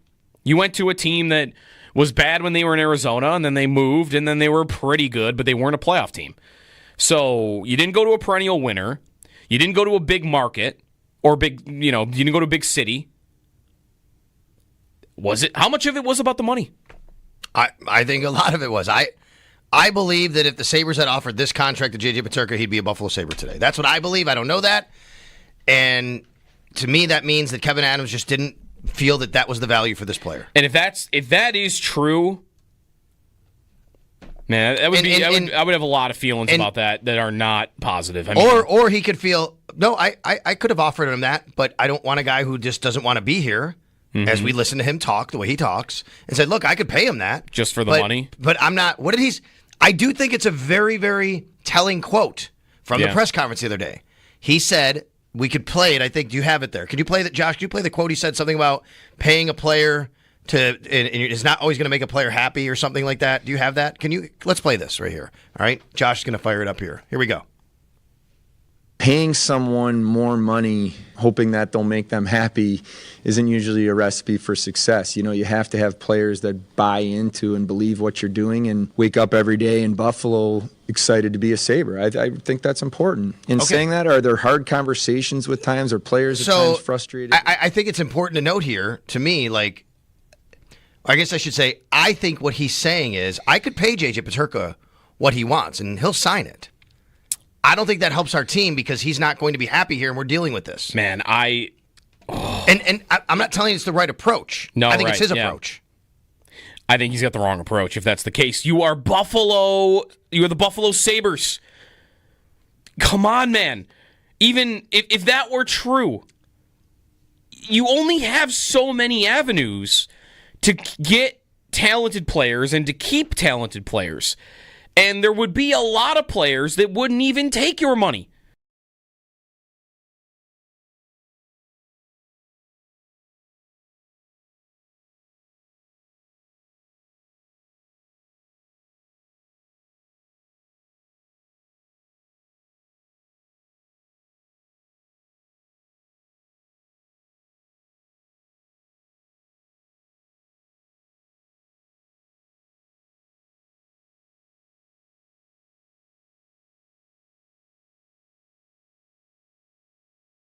Really, what this trade does for me is it confirms a lot of priors about the Sabres that you might have had.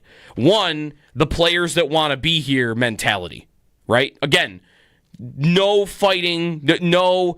What do you mean? Oh, you want out? Okay, you have 4 years of. We have 4 years of leverage, of contract control before you can hit unrestricted free agent status. So, okay, I respect your wanting out, but no, I'm not doing that. I've got you for 4 more years. I'm at least playing you for 1 more of the 4, and he's got to sign. 2, the not spending to the cap. You would have had that confirmed yesterday. At this time, they could go and use it. Like, and I woke up to your tweet of like, well, now the Sabres do have all this cap space to use. And I'd love for that to be true. How confident are we, though, that the Sabres are going to turn around and they're now viewing this as, man, we got $21 million in cap space now after trading Peterka. We didn't have to pay him $7.7 million, which is what he signed with Utah. So we can go use that.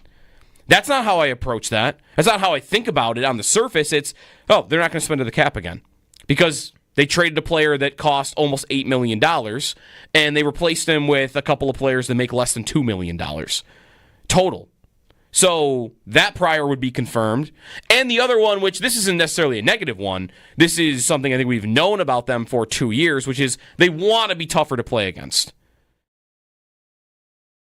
Jeremy at 100 holes at Wanaka. He is 2 birdies in, I believe, still. JJ Peterka traded overnight. Maybe you're just waking up to that news. Everyone's going to be waking up at different times and finding out if you weren't up at 1 o'clock in the morning. Let's go back to the phones quickly to go to Derek in Guelph. Morning, Derek. Hey, good morning, guys. Apologize for the voice, fighting a bit of a cold here. Just first want to say, as a Canadian, love the people of Buffalo, Western New York, United States. And it saddens me that after 20 years, I canceled my season tickets this year. You know, I loved going down. I loved the people, going to cobblestones. But I just couldn't take it anymore. I felt like my only voice was my money. And my money had to talk. And I just couldn't do it. And hearing the news this morning just reaffirms my opinion. You know, I just don't know what's going on. As the old Pee Wee coach, how do you replace goals? I get they got to be better defensively, but I just don't agree. And it saddens me that,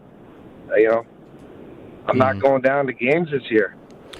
Yeah, I like this call because a couple of things. I think you speak for a lot of people who are frustrated in a lot of ways, and some people have kind of exited their timeline and at different times. Some are still there, and some are still going. And it's just going to be what they always do and have belief and hope that they'll get better. That's fine. But I think the part is that you just touched on, how do you replace goals? Joe, you made a really good observation to me when there was an Evolving Wild stat and chart that came out. Mm-hmm. And I retweeted it and said, this makes me feel a little bit better that, this person says, okay, he's that bad here, so don't pay him that money. The issue I have is, he's 23. He's 23. Mm-hmm. And you can still develop that part of the game. I made the point the last couple of weeks about freaking Sam Bennett holding the cup up. And I'm like, you can't believe this guy's only 28. Mm-hmm. He's been in the league 11 years. Like, it takes a while for this to happen. Anyway, what you said off the air, you could say on the air about it doesn't matter. The offense is so much more important, basically. The offense is more important. And like even if you go to his player card on their site, Evolving Hockey, and it's like the 96th percentile offensively and the 2nd percentile defensively. Like as bad as you could be defensively and as good offensively. And what does it all come to on the overall? 82 out of 100. because the offense matters. And that's a very simplistic way of looking at it. And it's just that one player card. It's not like even the number, that's just goals above replacement. Is this kind of the same kind of a running back, or I'm sorry, a running game debate in the NFL? Like, little bit. How much does it really matter? And then you have people go, it doesn't matter at all. Just throw the ball all over the place and score. A little bit. Right? I do think it matters some, but not as much as I think you got to be able to score goals. And I think this team, this is a continuation of a belief from them since they missed the playoffs by 1 point that you can't win that way. That they have to be better defensively. They have to be tougher to play against. And I don't disagree with that. It too often is coming at the expense of really good offensive talent. They missed the playoffs by 1 point without being able to play defense all year or get any saves. And their decision was, well, we can't play that way anymore. Rather than just, hey, maybe get a goalie that makes a couple of more saves and you're in. It was, we need to change completely the style in which we play hockey. And to me, this trade last night is a continuation of that. That they don't think they can end this playoff drought just by scoring. And I feel like that's the wrong approach. I feel like you're just trying to add to the scoring, not take it away so that you can go add the tougher to play against element in exchange for it. 803-0550 is the phone number. We'll get to Paul Hamilton in the 8 o'clock hour. Lots of phone calls to roll through as well. I mean, really, it's more a question of how angry are you, because we haven't had much defense for it. We had one tweet that we read from somebody that liked the trade, but otherwise... I'm getting a few more here and there. A couple? I am getting a few more here and there. But it definitely feels like the majority is definitely not happy this morning waking up to this news. This is actually a good... I know we got to go to break. I will read this one from Paul that came in. I like this sentiment from Paul. Thank you, Paul. He says, Sabres got a good right-handed D with size and toughness, which is needed, but I think they could have gotten more. Maybe swap first-round picks 4 for 9. I like that sentiment, which is, hey, you did improve where you needed to improve, but maybe you didn't get quite the value what this player should have gotten you in return. And I don't think that's a unfair take at all. Yeah. 803-0550, the phone number here on WGR.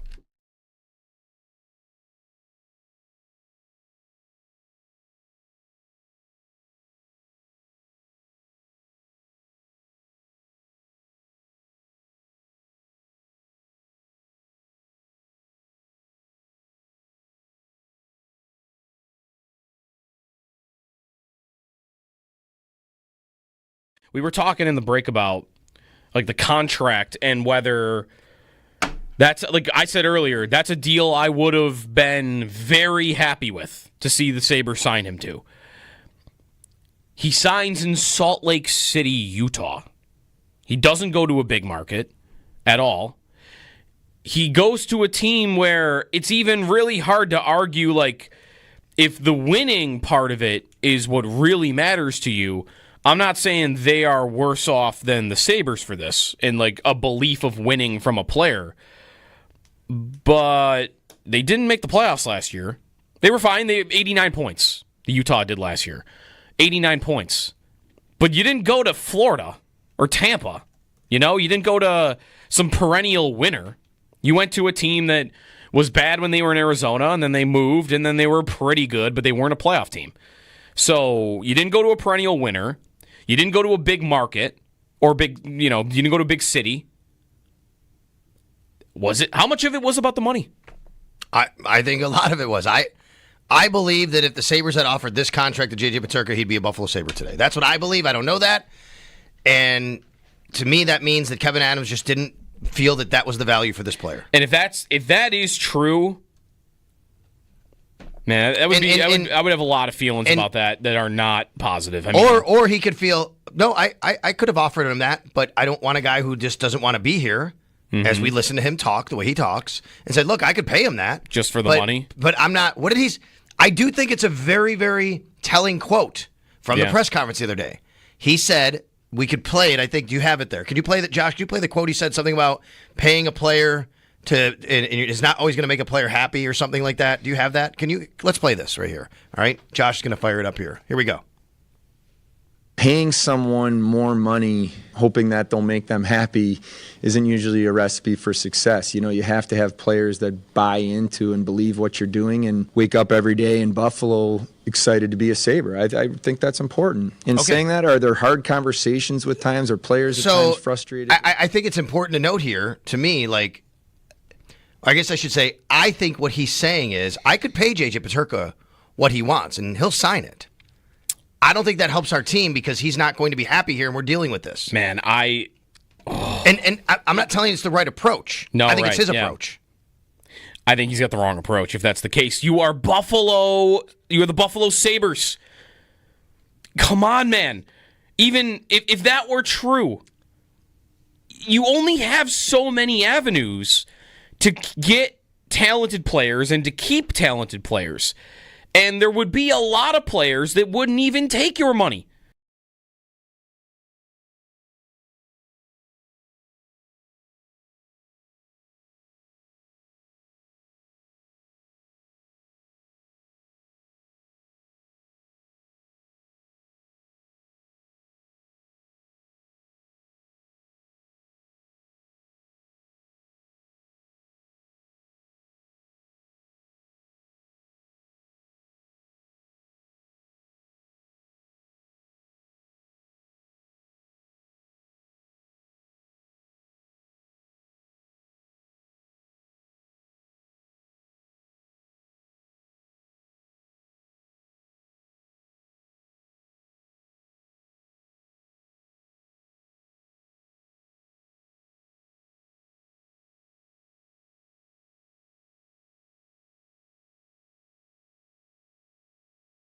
I thought, at least from reading Elliot Friedman and listening to Elliot Friedman over the course of the week, it sounded like from him, which was a little different sounding than from other insiders. Like I think Frank Saravelli was more plugged in on the agent and that side of it. But Friedman had a sentiment for 2 weeks of the Sabres don't want to do this.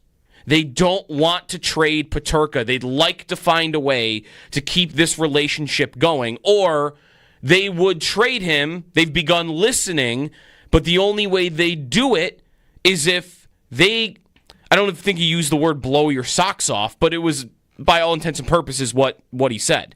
That you're really going to have to give them a juicy offer to get this player off their team. Michael Kesserling and Josh Doan, to me, doesn't strike that chord. And it doesn't mean that those two players cannot help the Sabres. I think there are some things to like about both of them.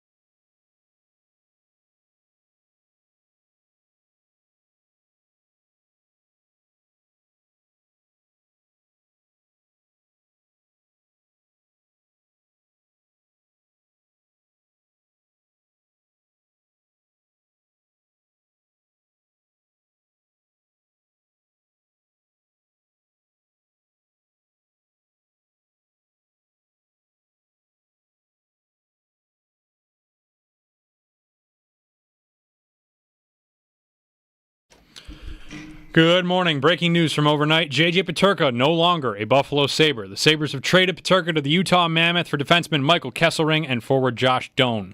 Shortly after the deal, Peterka signed a new contract with the Mammoth for 5 years at $7.7 million per year. On top of the Peterka trade, rumors are still swirling around the Sabres with Bowen Byram reportedly on the move. No reports on any potential destinations as of yet. In other NHL news, the NHL and NHLPA are meeting to discuss new terms on the next collective bargaining agreement that will not go into effect until 2026. But one main topic of discussion is increasing to 84 games in a season rather than 82. Darren Drager also reported yesterday the NHL Board of Governors is looking to expand once again. Frontrunner cities including Atlanta and Houston, but there are other cities involved. The NHL draft starts up tomorrow night at 7 o'clock. The Sabres still currently hold their 9th overall pick in the first round. Be sure to stay tuned to our draft coverage all throughout the weekend right here on WGR. Coverage of the NHL draft is brought to you by Outlet Liquor. When you need to stock up, it's the place to buy a case. What's your outlet? By Fiegel Car and Joyce, your border attorneys, and by Dash's Markets, serving Western New York for over 100 years. Shop the family of finer foods. The NBA draft was last night. Unsurprisingly, the Dallas Mavericks selected 18-year-old Cooper Flagg with first overall pick. Flagg played one season for Duke, recording 19 points per game for the Blue Devils. That's your Paddock Chevrolet Sports Update. Paddock Chevrolet celebrating 90 years of being your hometown dealership. I'm Josh Schmidt for WGR Sports Radio 550.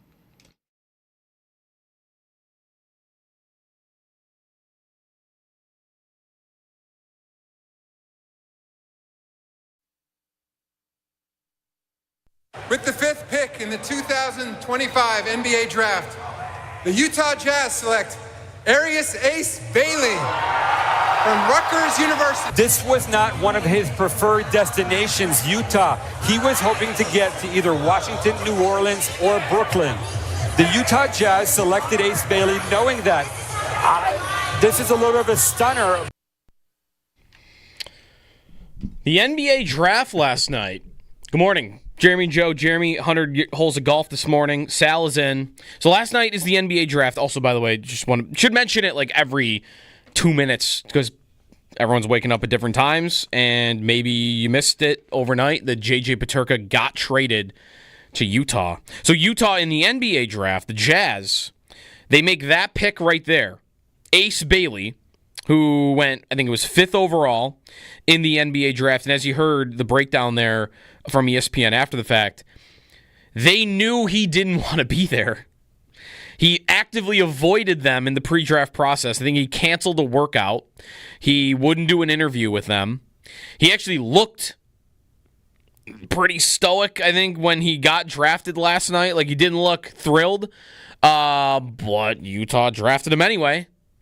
I mean, this is kind of an overall sports debate, isn't it, though, Sal? Like, it's not just, the Sabres. It's not just hockey. It's not just the Utah Jazz. It's what do you do when, because sports has a draft and hockey has contract clauses and RFA and there are teams have rights that are negotiated through CBAs. Listen, I am as pro player as it gets. I don't think it's fair in the National Hockey League that a guy can play until he has to play until he's like 27 years old before he's able to choose where he goes. I think that's BS that the system is set up that way. But it is set up that way. So what is a team supposed to do when they're faced with a situation where they have the right to have this really good player, but they also know the guy doesn't want to be there? What are you supposed to do?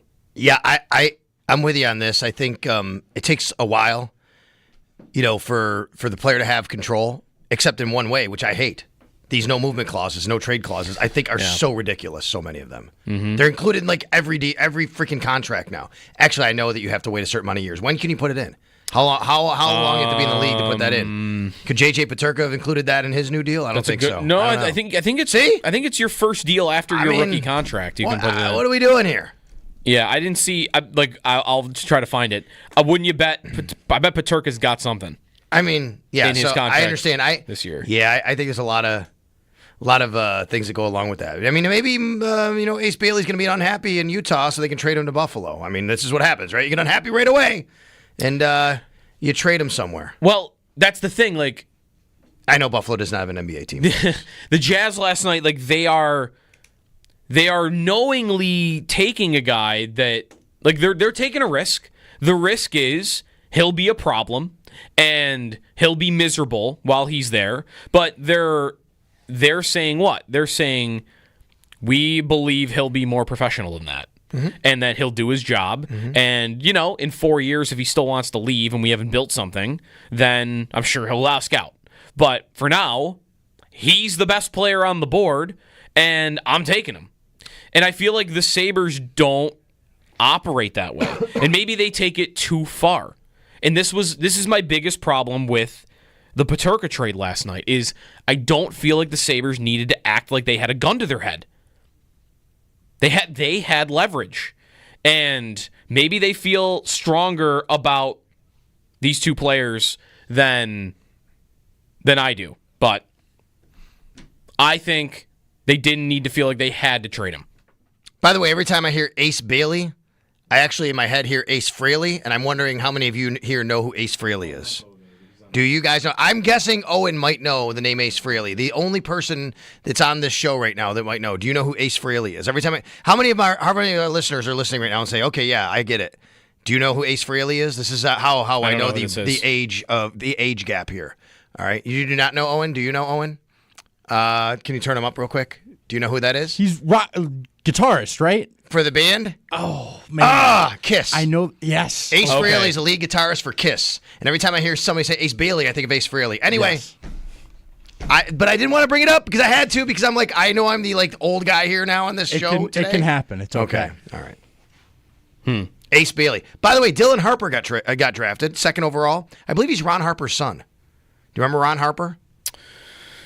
Yes. Basketball player? Somewhat. Is he done playing, though, by the time I'm... Probably. Like, when is he done playing? I think I have to take a look. His 15 seasons in the NBA, Ron Harper. He played, his last year was 2001 as a Laker. Yeah. Okay. No, I'm too young for that. 5-time NBA champion, Ron Harper. Big shot Ron. Yeah. Let's get to Matt Bove. Big shot Bob. That wasn't him. No, Who was no. that? That was Big shot Bob. Right. That Robert Horry. Yeah, Robert Horry. Sorry. Ron Harper, though, 5-time NBA champion. Yeah, Matt Bove on the Western Hotline is probably like, these guys are late to get to me because what? They're trying to remember what years Ron Harper played basketball. Who Ace Frehley is. Morning, Matt.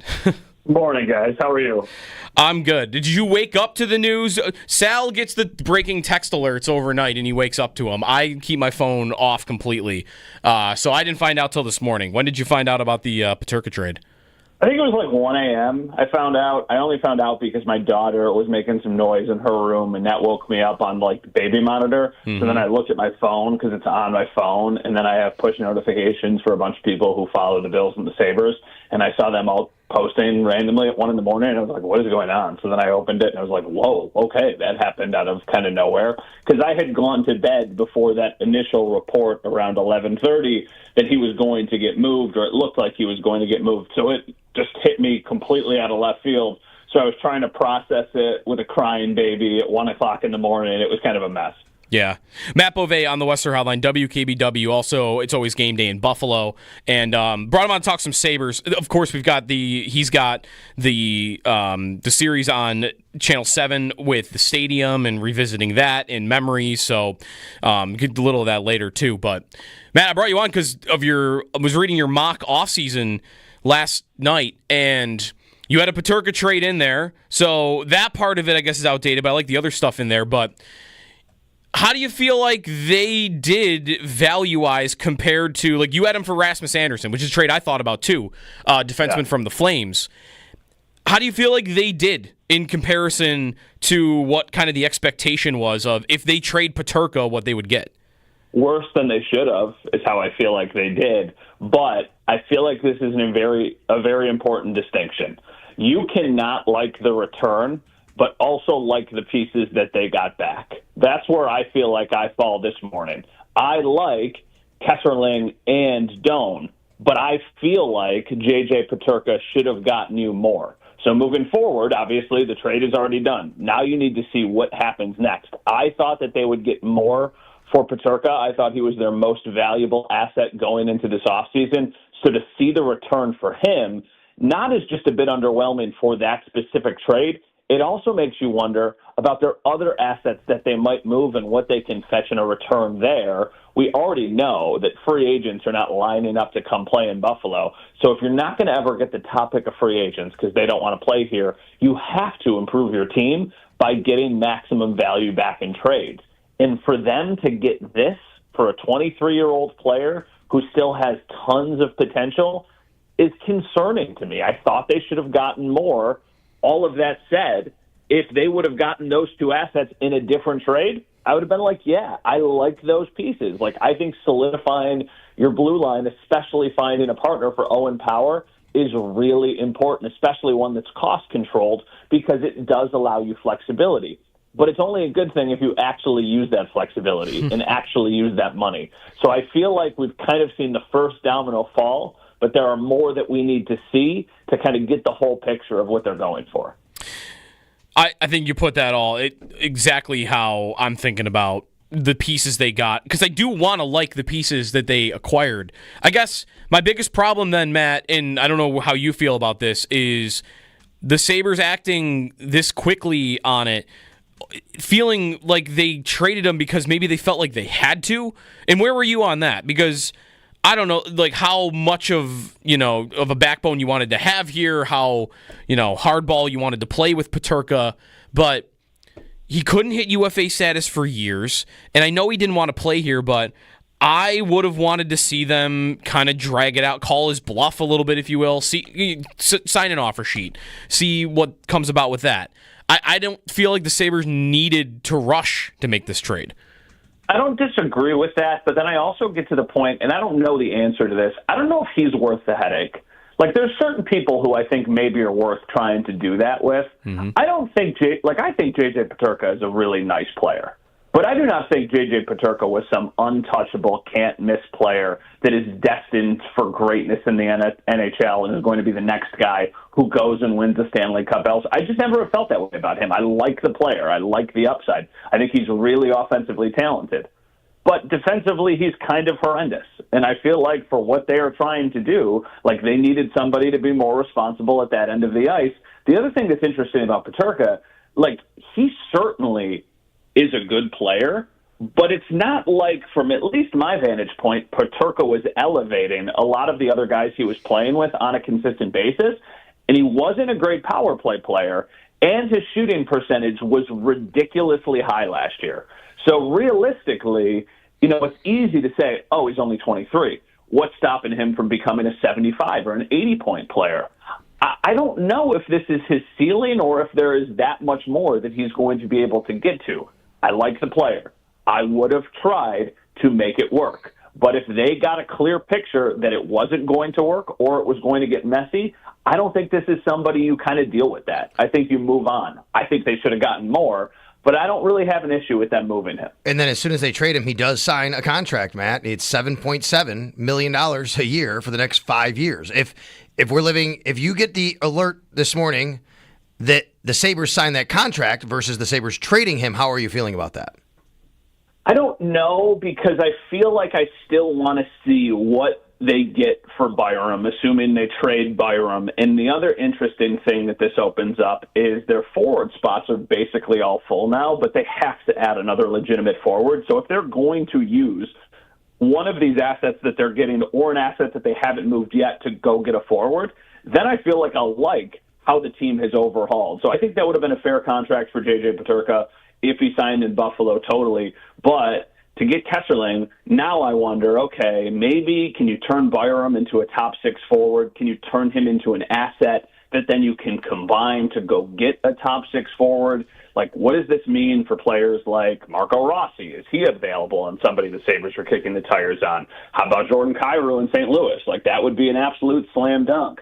Brian Rust in Pittsburgh, like that's somebody who I mentioned in the mock-off season. Obviously, he's a veteran. He's not a young player, but if he's available, he would help, for sure your middle six on both ends of the ice. So, yes, Al, I don't know. I think I would have felt, okay, yeah, that's a good deal for a young player, and that's good value for him.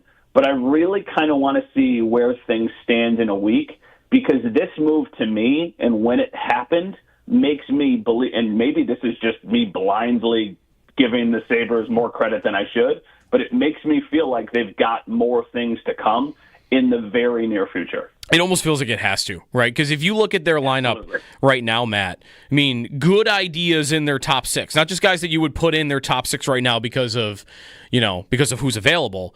Like Tage Thompson, Alex Tuch, Josh Norris, Yuri Kulik, right? Like, those are four, and even like all those guys aren't perfect. Norris has injury problems, and Kulik looks like he should be that, but I think you still would like to see another step. And even with that, there's two more holes in the top six, unless because where they're at in their timeline, Matt, I can't imagine that they are thinking right now that plan A is, well, we're just going to cross our fingers that Zach Benson is going to be able to score more goals this season than he did last year, and that's going to be our second-line left winger. They have to win now. And that's what, kind of going back to the point about needing to see the full picture, the reason I want to see the full picture is because I have to imagine that the pieces that they plan to acquire with whatever other moves they're making will help this roster right now, or will be assets that they can try and flip to help this roster right now. If they trade Bowen Byram for just like some mid-first-round pick and then actually use the pick, I'll pull my hair out. That doesn't make absolutely any sense at all. I don't even want them to pick 9 tomorrow night. Like, I understand that it's a good pick and it's a valuable pick. I'm just at the point, like, I don't care. Like, I know that could turn into something, but you need to actually see results in Buffalo. So I want to see them make moves that help this roster now, and it feels like there is a clear piece missing in the top 6. They have to fill the void of Peterka, and then if they trade Byram, which I'm expecting they do, they have to find a legitimate partner for Rasmus Dahlin. Because if they go into next season and their plan at first pair defense is Rasmus Dahlin and Matthias Samuelsson, this team is destined to once again disappoint. We know that they've concentrated on getting a little bit faster. They have apparently here with this deal. They've gotten a little bit, bigger size-wise, physicality, things like that they've been looking to do. They gave up some scoring for it. The other area that is questioning now is goalie, and there's a lot of talk that maybe they should go out and get somebody to be over UPL or in replace of UPL, someone who might still block Devin Levi to get to the NHL. Where do you stand on how all of that looks, Matt? I love that idea. I just don't know who that is. And that's what I'm struggling with, because I think that it would make sense for them to go out and find another goalie and put Levi in Rochester for at least a little while and kind of make him earn a full-time job in Buffalo. I just don't know who's out there who is a better idea, because all of the names that are available in free agency are really underwhelming, and the few guys that you like, there's numbers tied to them that don't make any sense for the Sabres. Like, I saw something on Jake Allen yesterday that he could potentially get $5 million a year, and it's like, okay, what are we doing? Like, you're not going to go pay that guy the same amount of money you're basically paying UPL to just be a 1B. Like, it doesn't feel like there's the upside there. And then the guys who could potentially be available in trades also have a ton of flaws in their games. I think besides the top 5 or 6 guys, goalies are wildly unpredictable. So if they go into next season and UPL is their goalie, maybe he's good again. I don't know. If he's what he was last year, then they have some serious problems. But unless you're getting like a Jake Ottinger, which isn't going to happen, or a Connor Hellebuck, or a player to that caliber, like, it feels like it's a bit of a crapshoot anyway. I think they probably sign Reimer back, don't they? Or somebody similar to that, like older goalie that might be nearing the end that's like going to only cost you like $1 million. Yeah, probably, but it felt like I liked Reimer's game at times last year, especially at the end, but it definitely felt like at the end the gas was, the tank was empty and he was out of gas. So you could do that for sure. But then you open up the possibility of, is there really a chance that they keep 3 goalies? Are they content sending Levi down and then halfway through the season, making a flip? I don't know. I mean, like, it's not something I would immediately scoff at. I think that they need to do better than just go into the year next year with UPL and Levi. I just don't know how they do it. How about Tuesday's press conference, Matt? How Adams sounded, there was a lot of frustration about his comment about fans being upset about the misinformation of the Samuelsson buyout, and I think he was making a larger point there. Did you have that reaction live when that press conference was ongoing, and then what did you make of, I think, a lot of people kind of being upset by it? When the press conference was ongoing, I think, obviously it's been a long time since this team has been good. It feels like that entire situation could have been handled much better and much differently.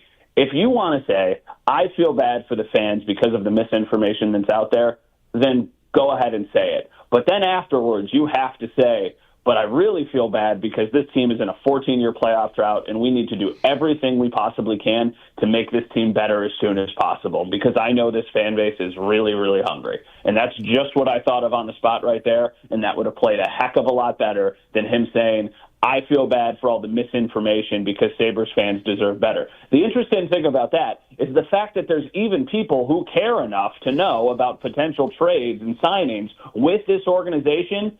That team should be really, really thankful for.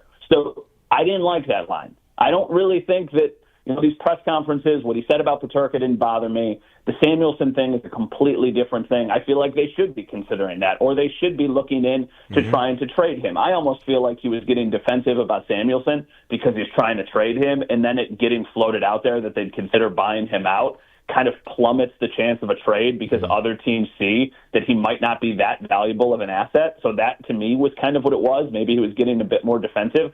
I just didn't like kind of how he presented his frustration and where that frustration was pointed to. Like, it feels like the frustration should be pointed to all of the years of failure, not to misinformation that's out there. Yeah, I like that point. Like, it wasn't just, I think that there was a misinterpretation maybe from fans or media when he said, we've never given it consideration buying up Matthias Samuelsson. That doesn't mean he's guaranteed to be on the roster in 2025-26. No, it doesn't. And that's why I do think that maybe once that got out there, because the other thing is, too, like a lot of people said on Tuesday, and rightfully so, you're talking about this misinformation, but you didn't specifically say what misinformation is out there. Right. It feels like Peterka wasn't misinformation because that trade already happened. It feels like Bowen Byram isn't misinformation because we think that trade is going to happen. So the only other thing that brings us to is the questions about Samuelsson. So that's why, yeah, you're right, Sal. Like, maybe people just assume that if a buyout isn't possible, then that means he's just going to be back on the team. Like in the mock off-season exercise I did yesterday on WKBW.com, I traded Samuelsson for a 7th-round pick to the Seattle Kraken quite simply as a way to try and get his salary off the books.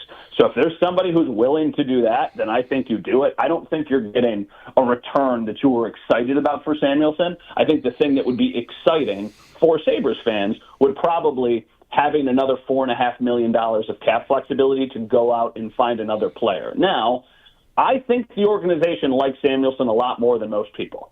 So I think he's going to be back. But it feels like that is an opportunity to upgrade, and I don't know if they'll take it. Yeah, he probably starts season on the third pair at this rate. And that right now it would be him and Bernard Docker, unless if they don't go out and find, a real top pair defenseman for Dahlin. Now, if they do that, if they go and find a legitimate top pair defenseman for Dahlin, and then your third pair is all of a sudden Samuelsson and Bernard Docker, I think you can live with that.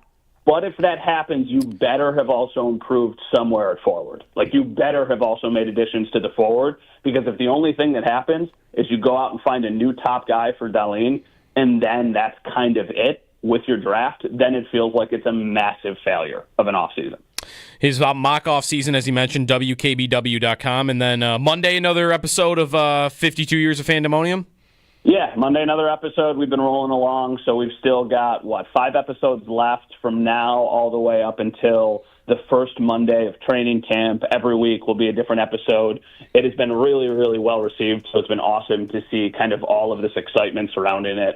The episodes are on TV every Monday night at 7:30 on Channel 7 in Buffalo, but obviously there's people who are listening right now who are out of town or who maybe don't. And I understand why you're saying yes to a Peterka trade now, because someone's offering you, a low-end top pair defenseman. And maybe Kesselring, who they acquired last night, becomes that, but again, he hasn't played more than 17 minutes a night in a season. Like, he's going to be playing a bigger role here than he ever has. 803-0550 is the phone number. We'll check in with Paul Hamilton. The draft is tomorrow, so we'll talk some prospects a little bit later on this morning as well. So stay tuned. If you want to get a phone call in, if you're on hold, stay there. We'll keep rolling through them on this trade from overnight. Peterka to Utah. Jody Biasi, Sal Capaccio here on WGR.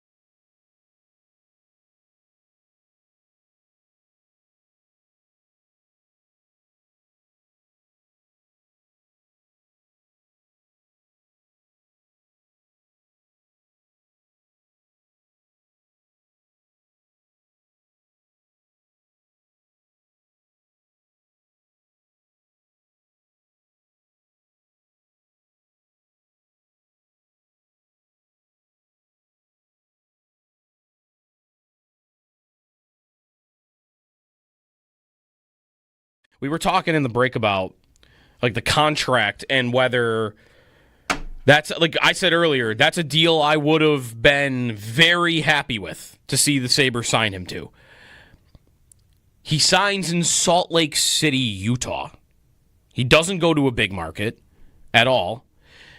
He goes to a team where it's even really hard to argue, like, if the winning part of it is what really matters to you, I'm not saying they are worse off than the Sabres for this in, like, a belief of winning from a player.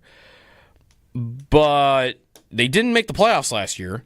They were fine. They had 89 points. The Utah did last year. 89 points. But you didn't go to Florida or Tampa.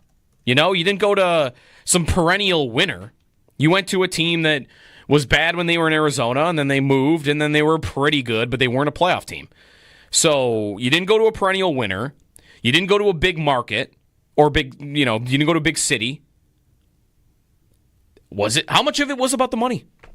I think a lot of it was. I believe that if the Sabres had offered this contract to J.J. Peterka, he'd be a Buffalo Sabre today. That's what I believe. I don't know that. And to me, that means that Kevin Adams just didn't feel that was the value for this player. And if that is true, man, that would I would have a lot of feelings about that are not positive. I mean, or he could feel, no, I could have offered him that, but I don't want a guy who just doesn't want to be here. Mm-hmm. As we listen to him talk, the way he talks, and said, look, I could pay him that. Just for the money? But I'm not. I do think it's a very, very telling quote from the press conference the other day. He said, we could play it. I think, do you have it there? Could you play that, Josh? Could you play the quote? He said something about paying a player and it's not always going to make a player happy.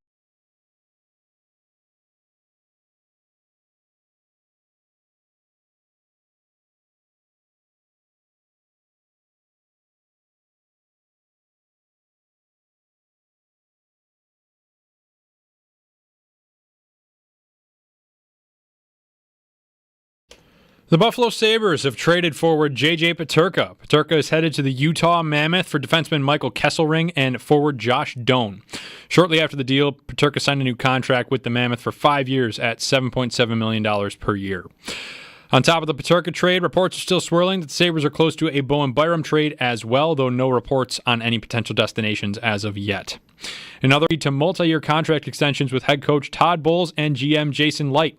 That news comes down just a few minutes ago. The Bucs have won 3 straight division titles under Bowles and Light, and the two have helped Tampa be the only NFC team to reach the playoffs in the last. The two have helped make Tampa the only NFC team to reach the playoffs past 5 years.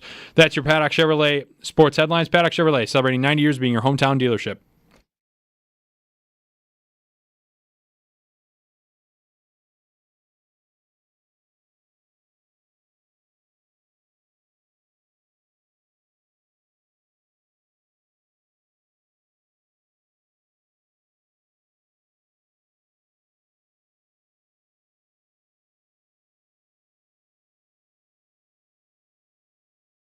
This is the best way I would say. I don't think it's probably productive or beneficial for me to get into specifics on our players right now. This is the time of year where there's so much going on, and, there's probably a lot of misinformation out there, and I guess probably leave it at that. We have a plan that we came out of the end of the season with. After the exit meetings, after the coaches' meetings, and you kind of break down the season and start to forecast, like, what are we looking to do? Sabres general manager Kevin Adams from earlier in the week. Good morning. There are a couple of hockey things that, one, Josh has mentioned in the update, another Chris Johnson just reported. The league is considering going to 84 games in the next CBA, which is the way it was in the early 90s. I don't know about before that, but yesterday we were talking about Alexander McGillney making the Hall of Fame, and looking back at his stats, that's in an 84-game season. I don't think he played all 84, but in 92-93 it was 84. So that's interesting. And then Chris Johnson just reported that the NHL is now taking bids for cities to formally apply to host the 2028 World Cup of Hockey. Cities in North America, Europe, and other international destinations. I don't think Buffalo would get chosen for that, but I had heard Greg Wyshynski talk about on a podcast recently, maybe not really recently, like a year ago maybe, that he thought that the league could want to do like a two-city World Cup, Toronto and Buffalo at some point, or Vancouver and Seattle, to have like one on each side. So just something I heard a year ago and thought about when I just saw Johnson report that. They are doing another international tournament, though. Anyways, 803-0550 is the phone number. Peterka to Utah. He will not be a villain, right, on his new team for Sabre fans in the same way that some others when they leave have been? Like, does he get booed when he comes back? That's a good question. I mean, it didn't really go on that long. I think so. He wasn't here very long, right? And the trade saga doesn't really last forever. Like, I do think one thing that hurt Eichel, not to say it wasn't all, Sabres' fault. Some of it was Eichel's too, of course, but that trade saga went on for so long that I think that helps make him more of an enemy when he leaves, rather than like when Reinhart leaves and it just happened like very quickly. So I don't know there's not really much of a legacy for Peterka. It's 3 years, and it's 2 really good years, and an idea that he didn't want to be here. That's pretty much it. So I don't think he'll be like thought of that much as like some bad guy for Sabre fans, but maybe he'll get booed when he comes back. Cousins didn't, and he shouldn't have. Cousins did not. It wasn't like he was really upset he left. That's actually funny about this whole thing, whereas guys who want to be here, guys who want to be here. Dylan Cousins wanted to be in Buffalo. He loved Buffalo, right? By all accounts. It was very emotional when he left, when he was traded. This feels like, no, he doesn't want to be here. Let's move him out. We only want guys who want to be here. Dylan Cousins wanted to be here. I'm not telling you it wasn't a good idea to trade Dylan Cousins for hockey reasons. I get it. Yeah. But it kind of is mixed messages there. Yeah. 803-0550, the phone number. Mark in Buffalo's next up. What's up, Mark? Good morning, gentlemen. Hey, bear with me here. Mm-hmm. I'm like, not Sal, Howard Simon. I'm the old, almost retired guy. I've been there with the Sabres. Season tickets from day one. I'm done. This trade really does it. I mean, you had all the control of the player, 90%. You're right on that. But I look at Mr. Pegula. Yes, he's a billionaire. Was he like Jed Clampett and seen a hole in the ground and stuck a hose in and said, oh, look, oil comes out? He can't be dumb. They're running the Sabres into the ground.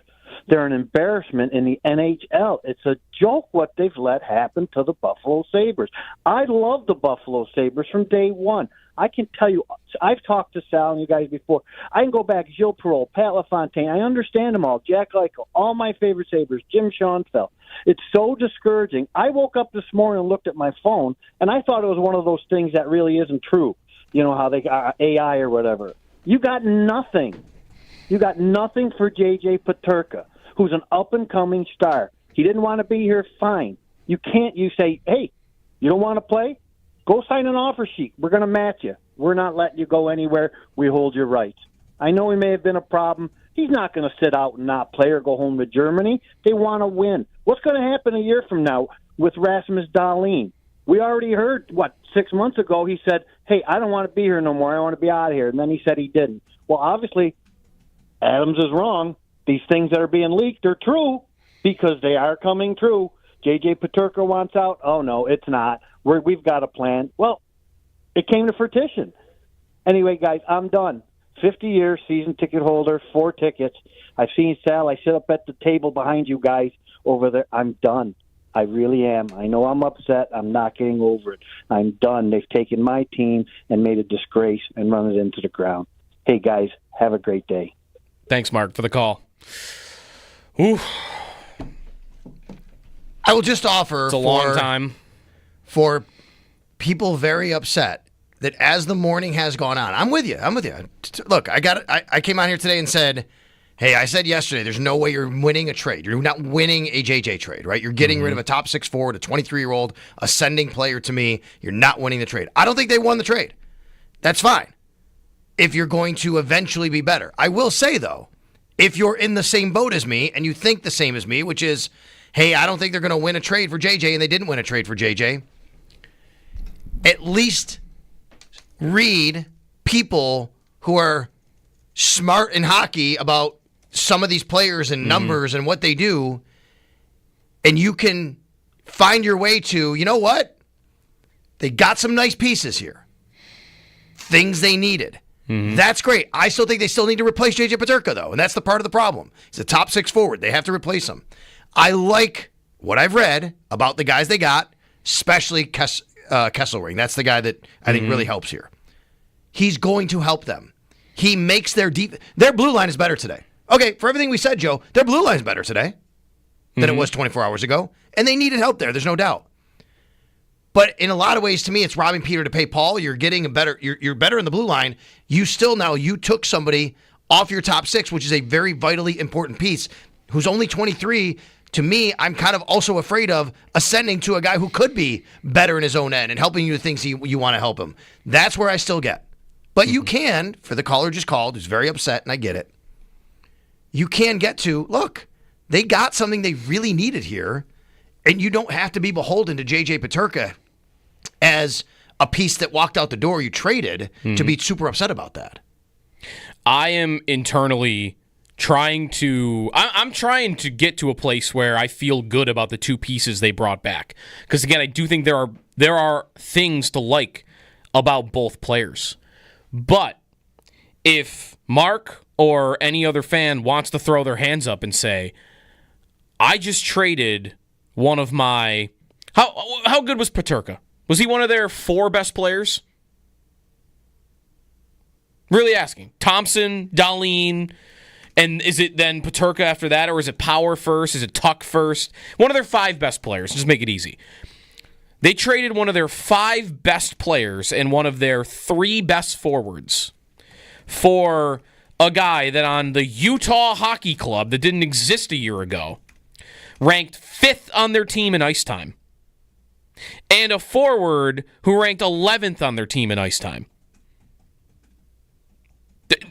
If that's all you need to make your judgment on how you feel about this trade, I think you're completely fair to do that. You're completely right to do that.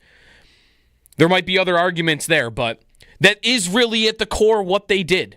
And that is why I think the takeaway of these players might be nice, but they didn't get the value they should have, because at the end of the day, the Sabres traded one of their 3 best forwards for Utah's number 5 defenseman and their number 11 forward. And when you put it that way, it sounds like a joke. A complete and utter joke, when I don't think they needed to trade him. Here, they'll rank higher. Kesselring was 5th on the Utah defense group in ice time. What's he going to be here? Is he going to be 1 spot higher? Maybe he'll just be 4th. Or maybe he'll be 3rd. What will Josh Doan be here? He was 11th on Utah. Will he be 8th here? Neither of these guys are playing a role as important as what Peterka played. So it does kind of ramp up the pressure on Byram. I thought Peterka's your number. If you are committed to trading him this offseason, he's your number 1 trade chip. He's your most valuable thing that you're going to deal. He is 23 years old. He is ascending offensively. He doesn't have a contract yet. The team can negotiate that. They can work that out. And that team acquiring will have his rights for years. He is valuable in a big way. To not get the full amount you should get on that player. So now I'm supposed to believe, well, it's okay because they're going to get more for the defenseman who's a little older, has a little less control on the contract, and I don't think anybody would say is as good at what he does. Some people like Byram, and there's a lot of numbers to point to. He's not nearly as good. I was starting to resign myself to you wouldn't get much for Byram. That the big change this offseason, your big addition was going to be via a Peterka trade if you made it. Byram, now I feel like you kind of have to get more than you should for that player to make this all feel good. 803-0550 is the phone number. They traded one of their 3 best forwards for Utah's number 5 defenseman and number 11 forward. I mean, at the core, that's what they did.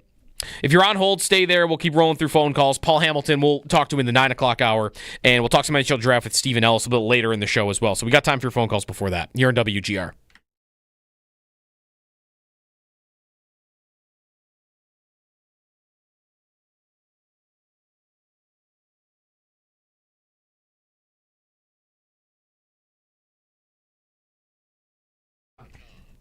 Sneaky Joe here for Signals in Irving, and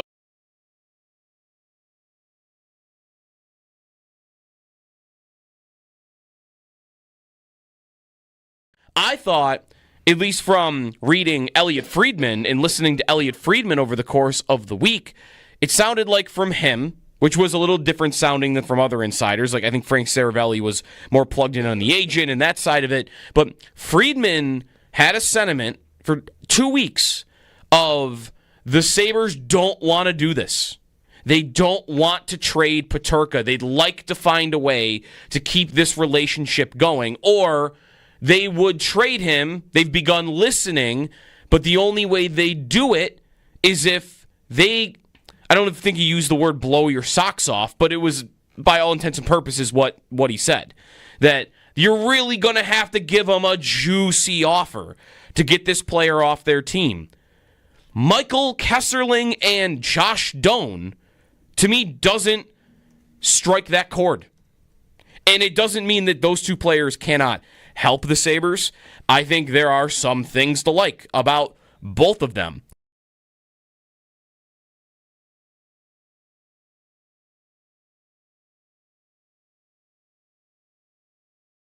They absolutely want to be tougher to play against. And I think they did that with this trade. They got a good defensive defenseman who I've seen described, even though he's 6'5", as physical, but he's not like the meanest defenseman. He will drop the gloves if he needs to, but he's not going to be a bone-crushing hitter out there. So that helps you. And then Josh Doan looks like he's a player that makes a really solid defensive impact. But what did I give up to get tougher to play against? You know, like I gave up my second best 5-on-5 scorer.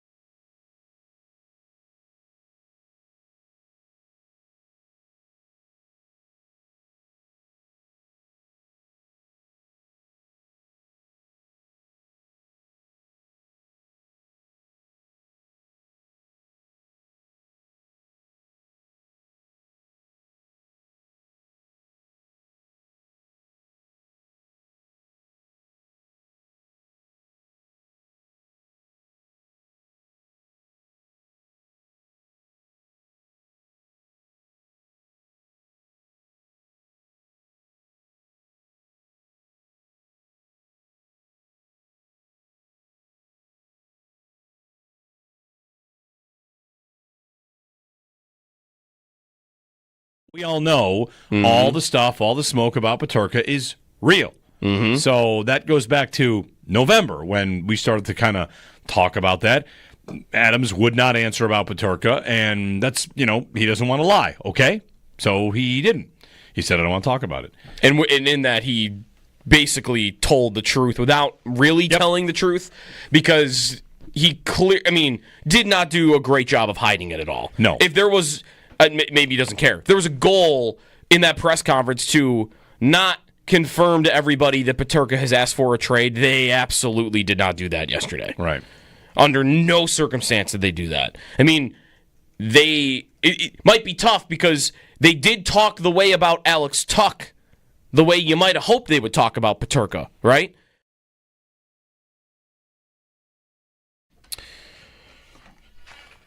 Time for Frank's Mr. Plumber Plunger Toss with the Buffalo Bisons. Be caller 5 right now at 716-221-4WGR. Score 4 tickets to the Buffalo Bisons game, June 29th at 1:05. Try your luck tossing a plunger into Hank the Tank, the giant 6-foot toilet, for a chance to win a Frank's t-shirt signed by a Bisons player. Make sure you're ready to throw because you must participate in the plunger toss to win these tickets, courtesy of Frank's Mr. Plumber. Jeremy's doing 100 holes right now. You can still donate. He's a couple of birdies in. Over under 7.5 is what I set. If you just search 100 holes on Google and then you hit the link, there's the search bar right there. You can find Jeremy there and you can donate. Courage of Carly Fund, Live Like Luca is where the proceeds go to. 803-0550 is the phone number. Squeak one call in here before we get to the top of the hour. Let's go to Jason in South Carolina, which, by the way, Jason, I don't know if you knew this, but that's where Michael Kesselring is from, and I don't know how many NHL players have ever been from South Carolina, personally. Wow, that's pretty cool. I did not know that. I can't imagine there's many, but he's one. Yeah, I mean, I have. There's definitely some hockey down here. There's a lot of Northerners that have transported down here, so there is some hockey. But yeah, I mean, it was a late night for us in Buffalo, hearing this around 11:30, and then taking about an hour to get the news on the players in the trade, and going through their Puckpedia players and looking at who was potentially being traded. Certainly the return seems low. I think for me right now, I have to rationalize this in my head, that he's going, and I called earlier in the week, that he's going after Ekblad or Gavrikov. Has to be. If he's not, then this is a really bad trade, right? I understand that the Peterka money was a lot, and so I'm rationalizing in my head that he's using that money to go and get one of these guys and overpay for them, right? We just know that that's how that happens for us. I think he's then trading Byram for a top 6 forward that involves our top pick to acquire a player like a Jordan Kyrou. I just think that those things have to be happening to help us, or to make this make sense, right? Because if those things are not happening, this is not a great trade. I mean, you needed to swap the 9th for the 4th, something like it just, I don't know. So I'm trying to have hope that there's a shoe to fall here. Something is going to fall where I think this will make more sense for us. At least that's what I'm hoping for. Yeah, we went through it earlier on who's their top 6 right now, and there's just nobody who really kind of fits in that spot that you're super comfortable with, right? You know what I mean, Jason? And I think that's where it is right now. And you gotta bring that player in from the outside. Yeah, has to be. And then again, like, I think that the defending thing is a big thing for this management group, which I think it has to be, because we've seen it. Power, Dahlin, they struggle with taking a stick in front or taking a body in front. So you got to go and get one of these guys that can do that, because we know they can't. At least right now in their career, they've struggled to do that. So it's got to be somebody big. Has to be, guys. I don't know. That's just my thoughts on how I rationalize everything going on right now. Yeah, thanks, Jason. I do think Dahlin is very capable of that.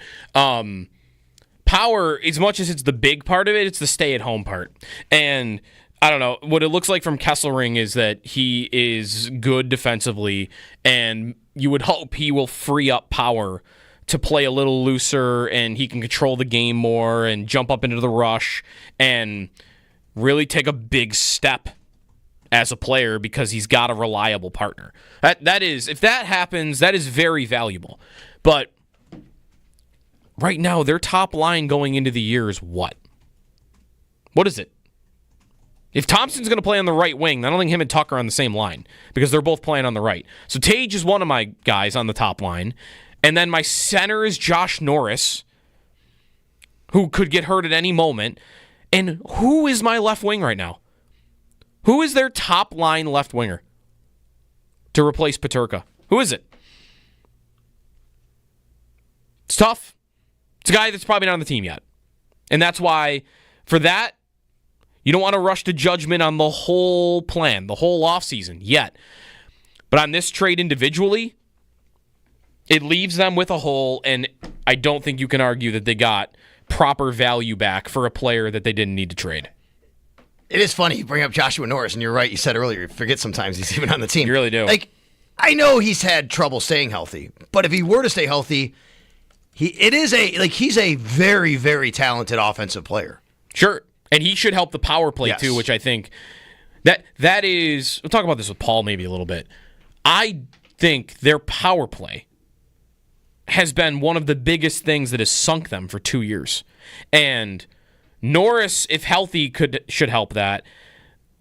I don't think you really lose anything with Peterka because he wasn't doing much on the man advantage. So maybe whatever that forward addition will end up being will be someone that is helping them on the power play as much as anything. Mm-hmm. Paul Hamilton, more of your phone calls, some prospect talk in the 9 o'clock hour as well. Big hockey day after the trade overnight. Peterka to Utah. Stay tuned. This is WGR.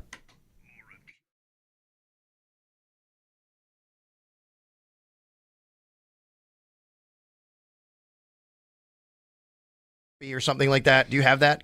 Let's play this right here. All right. Josh is going to fire it up here. Here we go. We were talking in the break about like the contract and whether that's, like I said earlier, that's a deal I would have been very happy with to see the Sabres sign him to. He signs in Salt Lake City, Utah. He doesn't go to a big market at all. He goes to a team where it's even really hard to argue, like, if the winning part of it is what really matters to you, I'm not saying they are worse off than the Sabres for this in like a belief of winning from a player. But they didn't make the playoffs last year. They were fine. They had 89 points. The Utah did last year. 89 points. But you didn't go to Florida or Tampa. You didn't go to some perennial winner. You went to a team that was bad when they were in Arizona, and then they moved, and then they were pretty good, but they weren't a playoff team. So you didn't go to a perennial winner. You didn't go to a big market or you didn't go to a big city. Was it? How much of it was about the money? I think a lot of it was. I believe that if the Sabres had offered this contract to J.J. Peterka, he'd be a Buffalo Sabre today. That's what I believe. I don't know that. And to me, that means that Kevin Adams just didn't feel that was the value for this player. And if that is true, man, that would I would have a lot of feelings about that are not positive. I mean, or he could feel, no, I could have offered him that, but I don't want a guy who just doesn't want to be here. Mm-hmm. As we listen to him talk, the way he talks, and said, look, I could pay him that. Just for the money? But I'm not. I do think it's a very, very telling quote from the press conference the other day. He said, we could play it. I think, do you have it there? Could you play that, Josh? Could you play the quote? He said something about paying a player and it's not always going to make a player happy or something like that. Do you have that? Let's play this right here. All right. Josh is going to fire it up here. Here we go. Paying someone more money, hoping that they'll make them happy, isn't usually a recipe for success. You have to have players that buy into and believe what you're doing and wake up every day in Buffalo excited to be a Sabre. I think that's important. In saying that, are there hard conversations with times? Are players at times frustrated? I think it's important to note here, to me, like, I guess I should say, I think what he's saying is, I could pay J.J. Peterka what he wants, and he'll sign it. I don't think that helps our team because he's not going to be happy here, and we're dealing with this. Man, And I'm not telling you it's the right approach. No, I think it's his approach. I think he's got the wrong approach if that's the case. You are Buffalo. You are the Buffalo Sabres. Come on, man. Even if that were true, you only have so many avenues to get talented players and to keep talented players. And there would be a lot of players that wouldn't even take your money.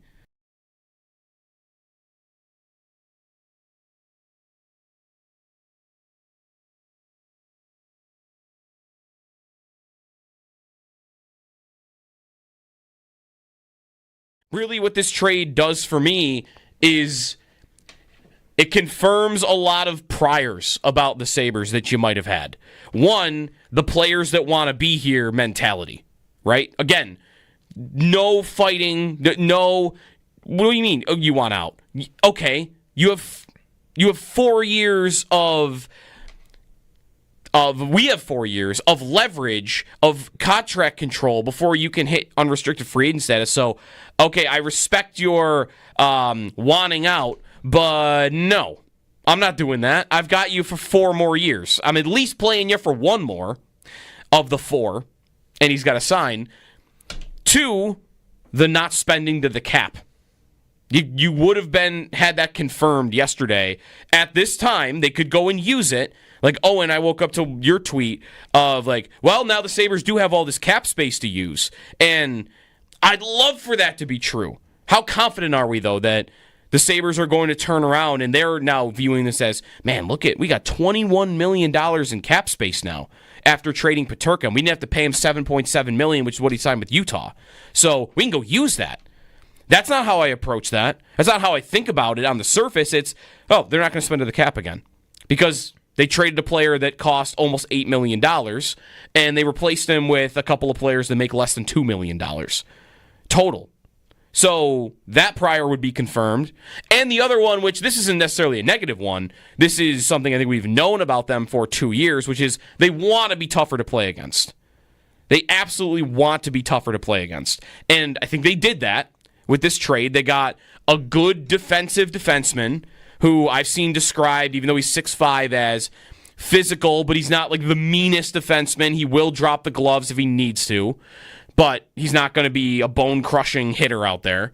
So that helps you. And then Josh Doan looks like he's a player that makes a really solid defensive impact. But what did I give up to get tougher to play against? You know? Like, I gave up my second best 5-on-5 scorer.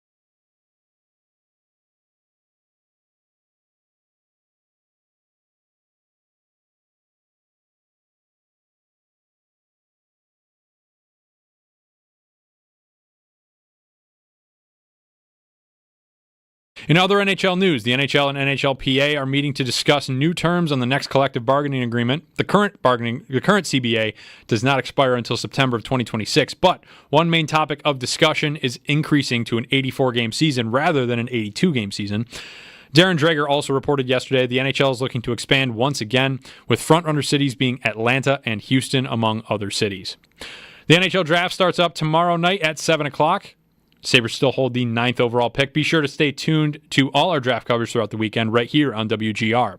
Coverage of the NHL draft on WGR is brought to you by Outlet Liquor. When you need to stock up, it's the place to buy a case. What's your outlet? By Fiegel Car and Joyce, your border attorneys. And by Dash's Market, serving Western New York for over 100 years. Shop the family of finer foods. The NBA draft was last night. The Dallas Mavericks selected 18-year-old Cooper Flagg with the first overall pick. Flagg played 1 season for Duke, recording 19 points per game for the Blue Devils. And some NFL news from this morning. Tampa Bay Buccaneers extend both head coach Todd Bowles and GM Jason Licht to multi-year contract extensions. The duo have helped the Bucs win 3 straight division titles. That's your Paddock Chevrolet Sports Update. Paddock Chevrolet, celebrating 90 years of being your hometown dealership. I'm Josh Schmidt for WGR Sports Radio 550.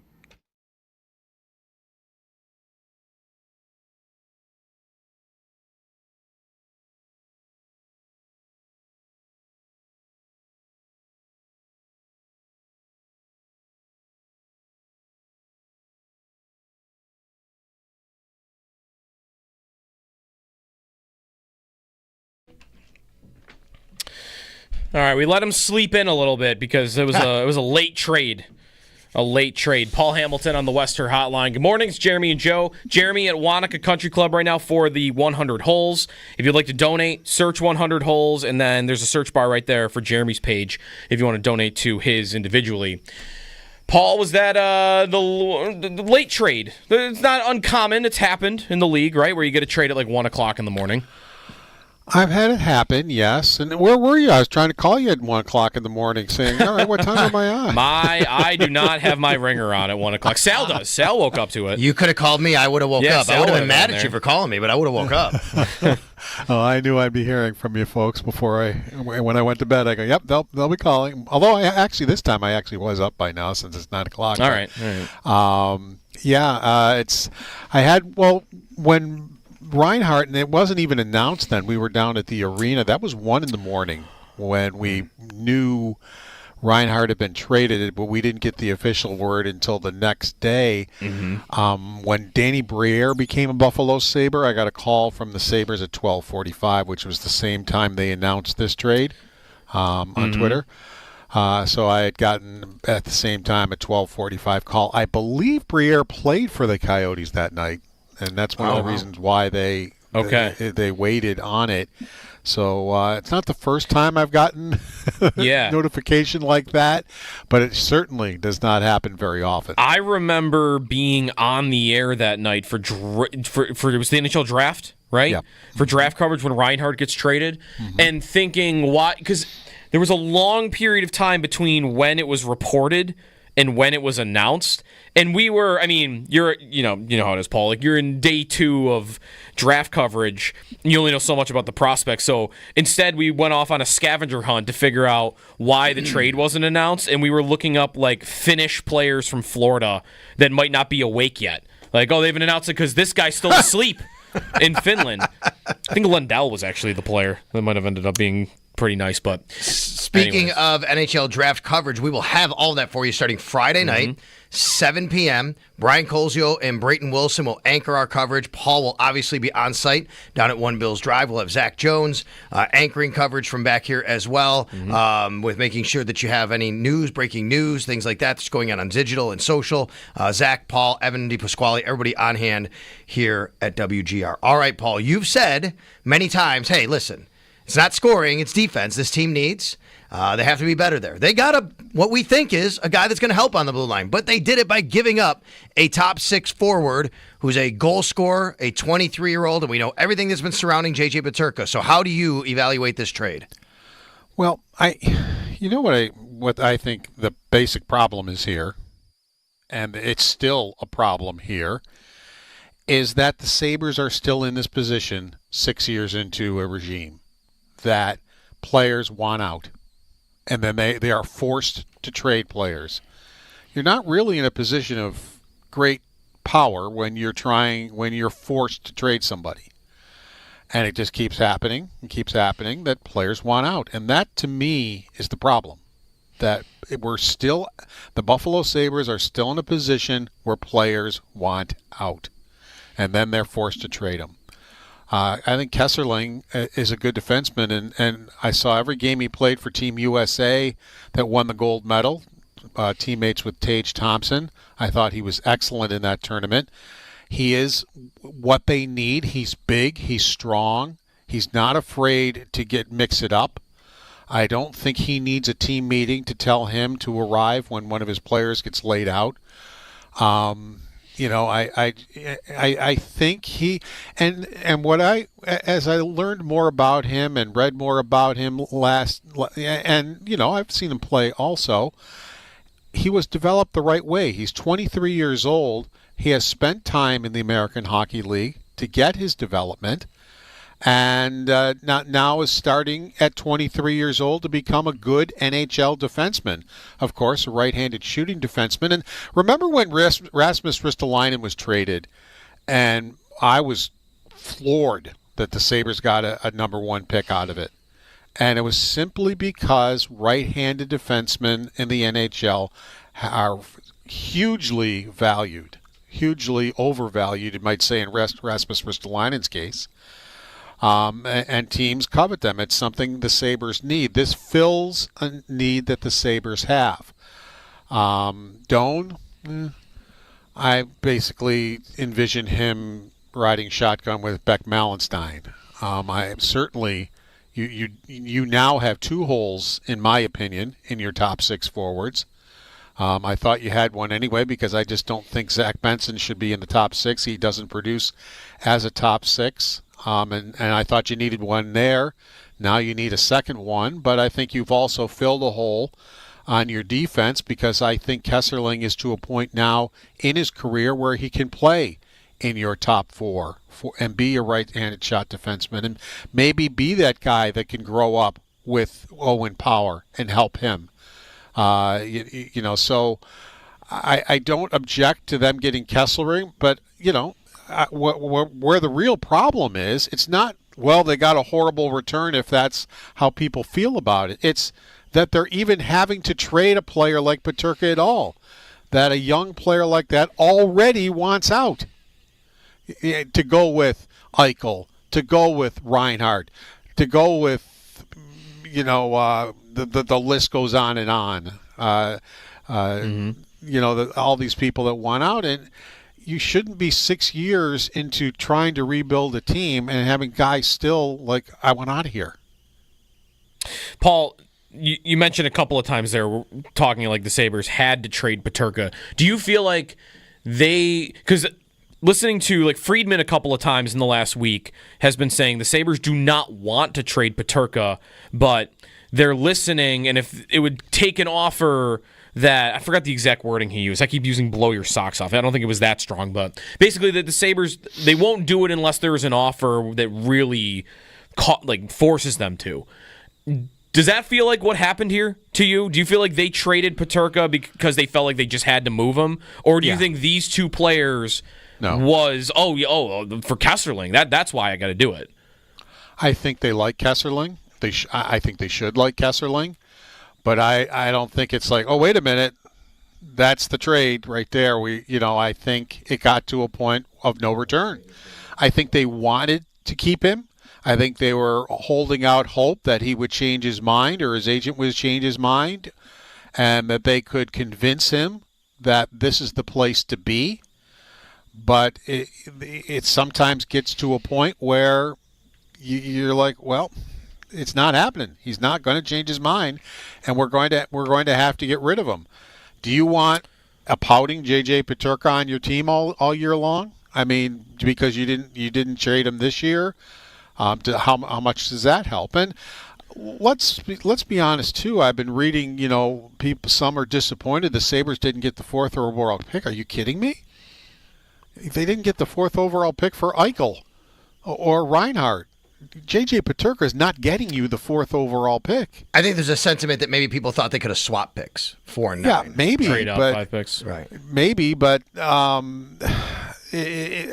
you still have to remember that J.J. Peterka is not a complete player in the NHL. Mm-hmm. He's not just, he's not very good in his own end. He's horrendous in his own end, and numbers will bear that out. I mean, he does not have good numbers at all, and I've had folks tell me who are heavy into analytics that the Sabres are better off without him, with as bad as he is defensively. But this is part of the issue. It's hard to ignore 55 goals in 2 years, but when you're you're not holding your weight at the other end. Now that, Sal, is also something he can fix, right? If he wants to. That's part of the issue I have. He's 23, Paul. Like, we've seen guys. What do we hear about Mitch Marner forever? And yet he's getting Selke votes, right? Whether it's justified or not to some people, he is. We've heard this about. And look, I'm feeling better about this trade as the morning goes on. I'll be honest with you. I really am. I'm liking a lot of the things I'm hearing about Kesselring and what he can do. No doubt about it. But he's 23, he's an ascending player, and all these things about not being good in his own end. Guys mature. I'm watching Sam Bennett run around the ice with the cup, and I'm thinking, oh my God, this guy's been in the league 11 years. Look how long it took him to get to the player that everyone thought that maybe he could be someday.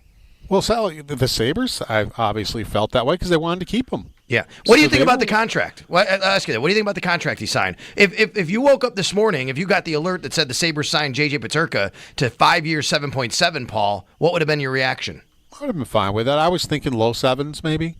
You know, so that it got into the high sevens would not have shocked me. He would be making more than Tage Thompson, but Tage Thompson signed a contract a couple of years ago, and values go up. You know, when you sign a contract, I mean, look at what Alex Tuck is making. Well, at the time, it probably didn't seem like, well, you're getting screwed here. But, you know, with the production that they've gotten from Alex Tuck, it's been a bargain for the last couple of years because contracts change as go up. So, no, I wouldn't have said that was ridiculous. I was kind of thinking that's about where it would land. Not quite there, but about where that would land. And goal scorers do get paid. I mean, Jeff Skinner got $9 million. Jeff Skinner never did figure out the defensive zone, you know, but he did score 40 goals one year.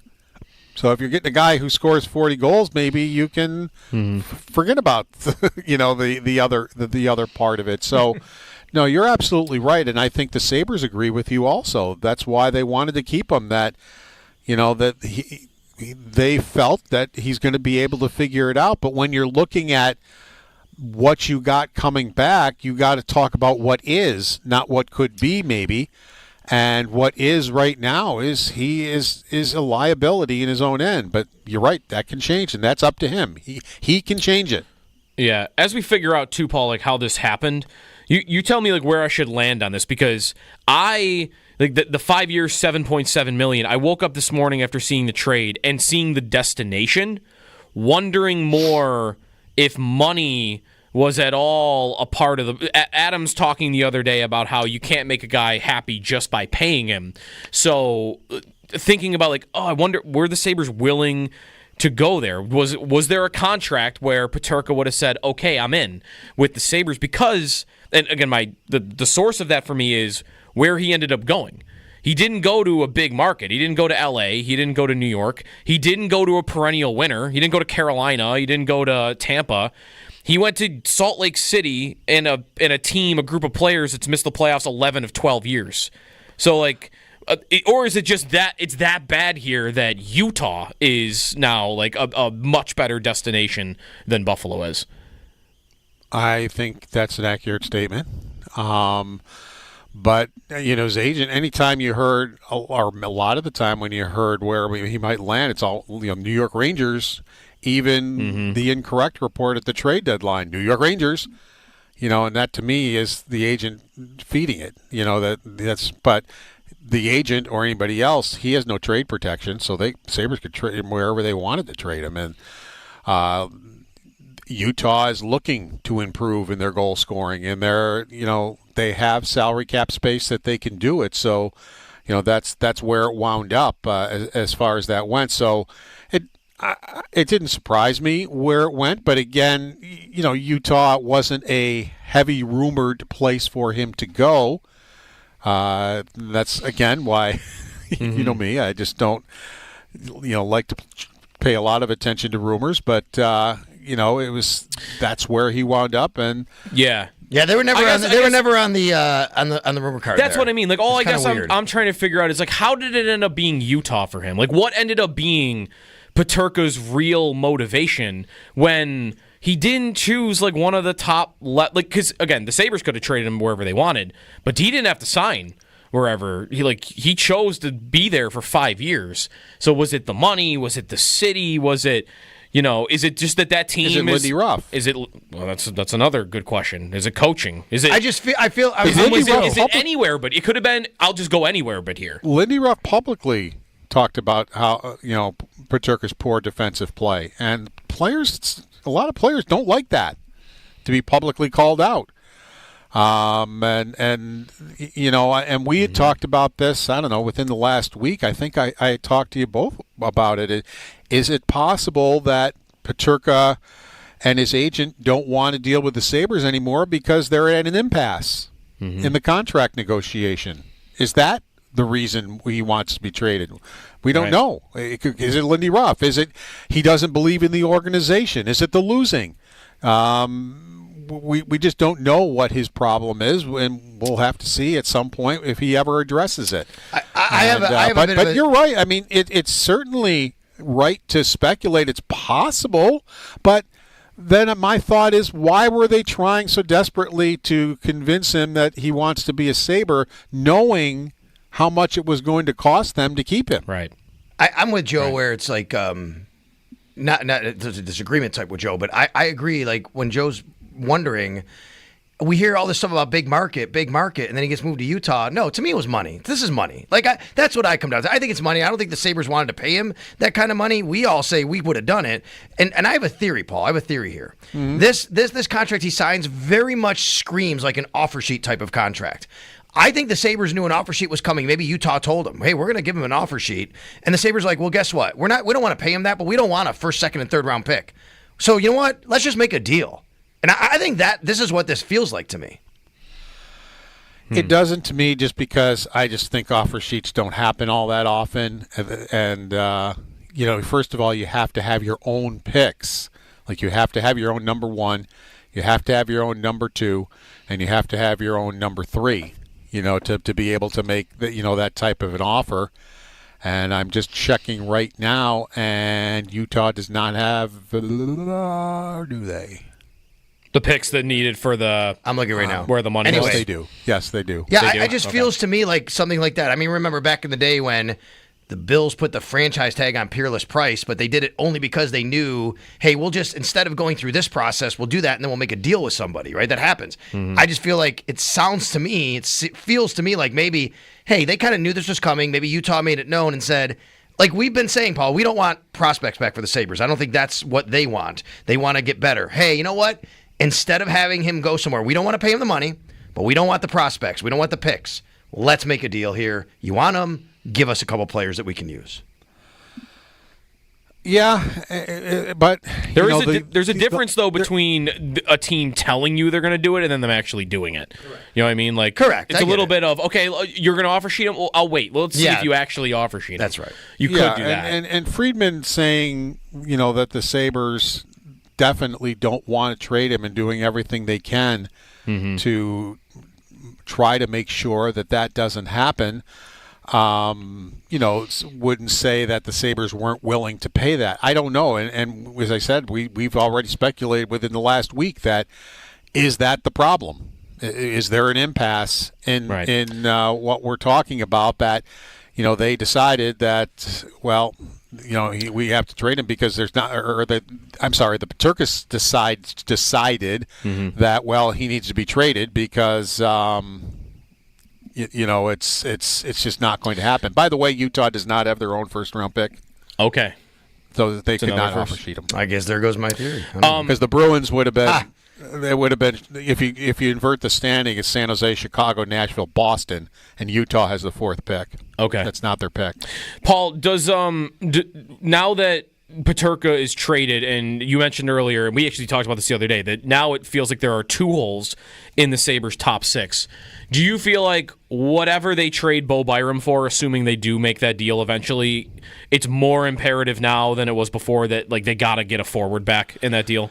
Yeah. I mean, we already thought that they needed a top 6 forward. Zach Benson, I like his game. It's not that I don't like his game and the way he plays, but if you're in the top 6, you have to produce. And right now, at his age and the way his body is right now, he doesn't produce. You need guys in the top 6 that produce.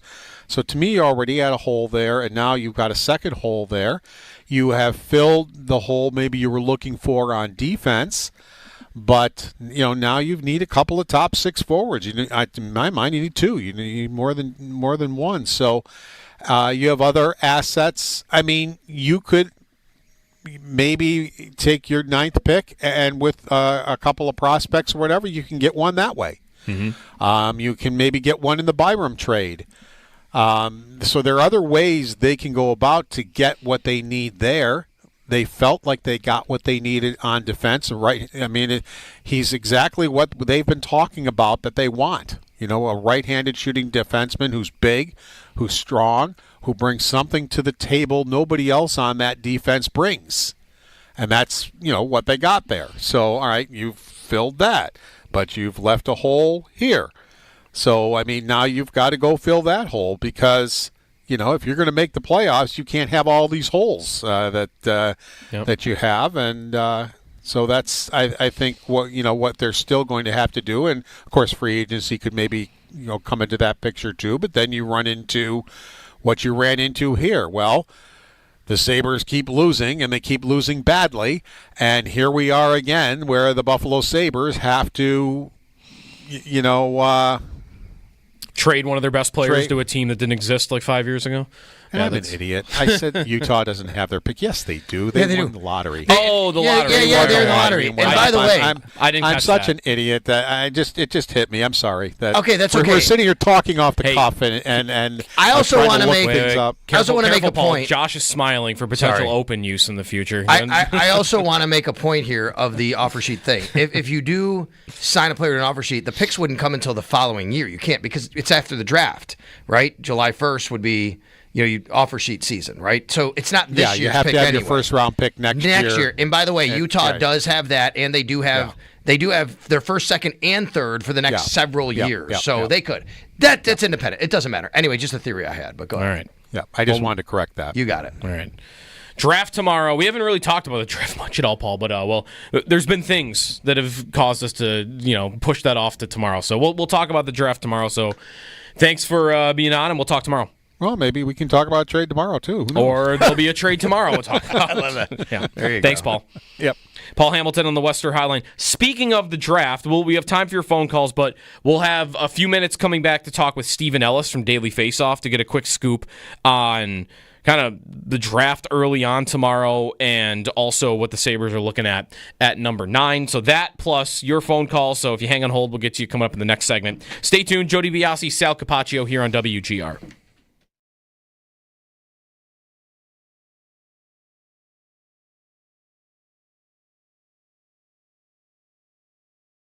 We were talking in the break about the contract and whether that's, like I said earlier, that's a deal I would have been very happy with to see the Sabres sign him to. He signs in Salt Lake City, Utah. He doesn't go to a big market at all. He goes to a team where it's even really hard to argue, if the winning part of it is what really matters to you. I'm not saying they are worse off than the Sabres for this in a belief of winning from a player, but they didn't make the playoffs last year. They were fine. They had 89 points. The Utah did last year. 89 points. But you didn't go to Florida or Tampa. You didn't go to some perennial winner. You went to a team that was bad when they were in Arizona, and then they moved, and then they were pretty good, but they weren't a playoff team. So you didn't go to a perennial winner. You didn't go to a big market or you didn't go to a big city. Was it? How much of it was about the money? I think a lot of it was. I believe that if the Sabres had offered this contract to J.J. Peterka, he'd be a Buffalo Sabre today. That's what I believe. I don't know that. And to me, that means that Kevin Adams just didn't feel that was the value for this player. And if that is true, man, that would I would have a lot of feelings about that are not positive. I mean, or he could feel, no, I could have offered him that, but I don't want a guy who just doesn't want to be here. Mm-hmm. As we listen to him talk, the way he talks, and said, look, I could pay him that. Just for the money? But I'm not. I do think it's a very, very telling quote from the press conference the other day. He said, we could play it. I think, do you have it there? Could you play that, Josh? Could you play the quote? He said something about paying a player and it's not always going to make a player happy or something like that. Do you have that? Let's play this right here. All right? Josh is going to fire it up here. Here we go. Paying someone more money, hoping that they'll make them happy, isn't usually a recipe for success. You have to have players that buy into and believe what you're doing and wake up every day in Buffalo excited to be a Sabre. I think that's important. In saying that, are there hard conversations with times? Are players at times frustrated? I think it's important to note here, to me, I guess I should say, I think what he's saying is, I could pay J.J. Peterka what he wants, and he'll sign it. I don't think that helps our team because he's not going to be happy here, and we're dealing with this. Man, And I'm not telling you it's the right approach. No, I think it's his approach. I think he's got the wrong approach, if that's the case. You are Buffalo. You are the Buffalo Sabres. Come on, man. Even if that were true, you only have so many avenues to get talented players and to keep talented players. And there would be a lot of players that wouldn't even take your money. I am internally I'm trying to get to a place where I feel good about the two pieces they brought back. Because again, I do think there are things to like about both players. But if Mark or any other fan wants to throw their hands up and say, I just traded one of my... How good was Peterka? Was he one of their 4 best players? Really asking. Thompson, Dahlin, and is it then Peterka after that, or is it Power first? Is it Tuck first? One of their 5 best players. Just make it easy.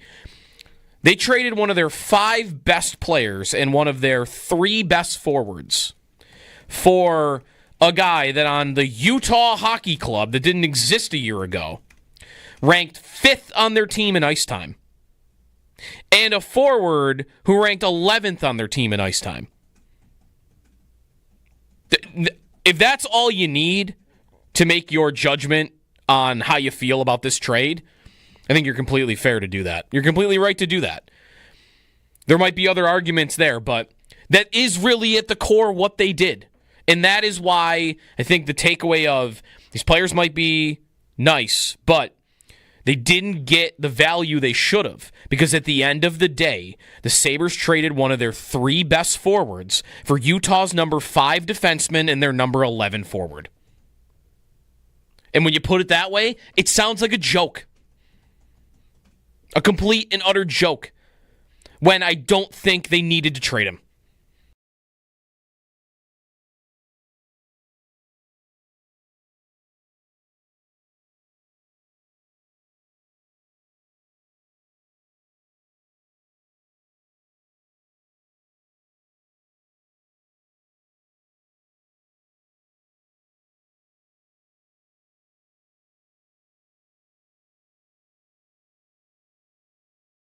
For me, it's Kirill Kaprizov and Kucherov. Those 2 guys, I do know they are both wingers, but I think what they do on the ice I can relate to in a lot of ways. The way they drive themselves offensively, their playmaking ability, just stuff when I watch them, I can hopefully see myself in the future. Michael Misa, who's expected to be the 2nd pick tomorrow, he said with a question mark. I'm sorry, I got to click my draft brain back on because we've been talking so much Peterka this morning. Anyways, good morning. It's Jeremy and Joe. Jeremy's off today. Sal is in. To the Western Hotline, Stephen Ellis of Daily Faceoff. I mean, this is why we have Stephen on. 2nd pick, right, Stephen, for Misa? Yeah, I would be shocked if it wasn't. There's been a lot of talk about Frundell at 2, but Misa at number 2 is I would be fully expecting that. Gotcha. So before we get into some of the draft talk, the trade from overnight, Peterka to Utah for Michael Kesselring and Josh Doan. Your immediate takeaway, Stephen, when you saw that trade, did you feel like Sabres didn't get enough value back for a player? Because it's kind of been our reaction here the whole morning. I was sitting with a few other reporters, and we're all sitting there like jaws to the floor. Like, seriously, that was it? Like, I like Kesselring a lot. I think he's a pretty underrated defenseman. He when he was in Arizona and then Utah, he just continued to get better. Like, he reminded me almost of kind of how Mackenzie Weegar started his career, where he was more of just a step-down defenseman, but give him more opportunities with the puck, and then he kind of started to figure out. With Josh Doan, I've never been a Josh Doan fan. So that's where that thing kind of falls off for me. So tough one to see the Peterka tenure end that way, but I'm surprised that's all it took. Stephen Ellis with us on the Western Hotline. Weegar. If he becomes Weegar, I'd be happy, but right, well, that's a pretty high bar to set.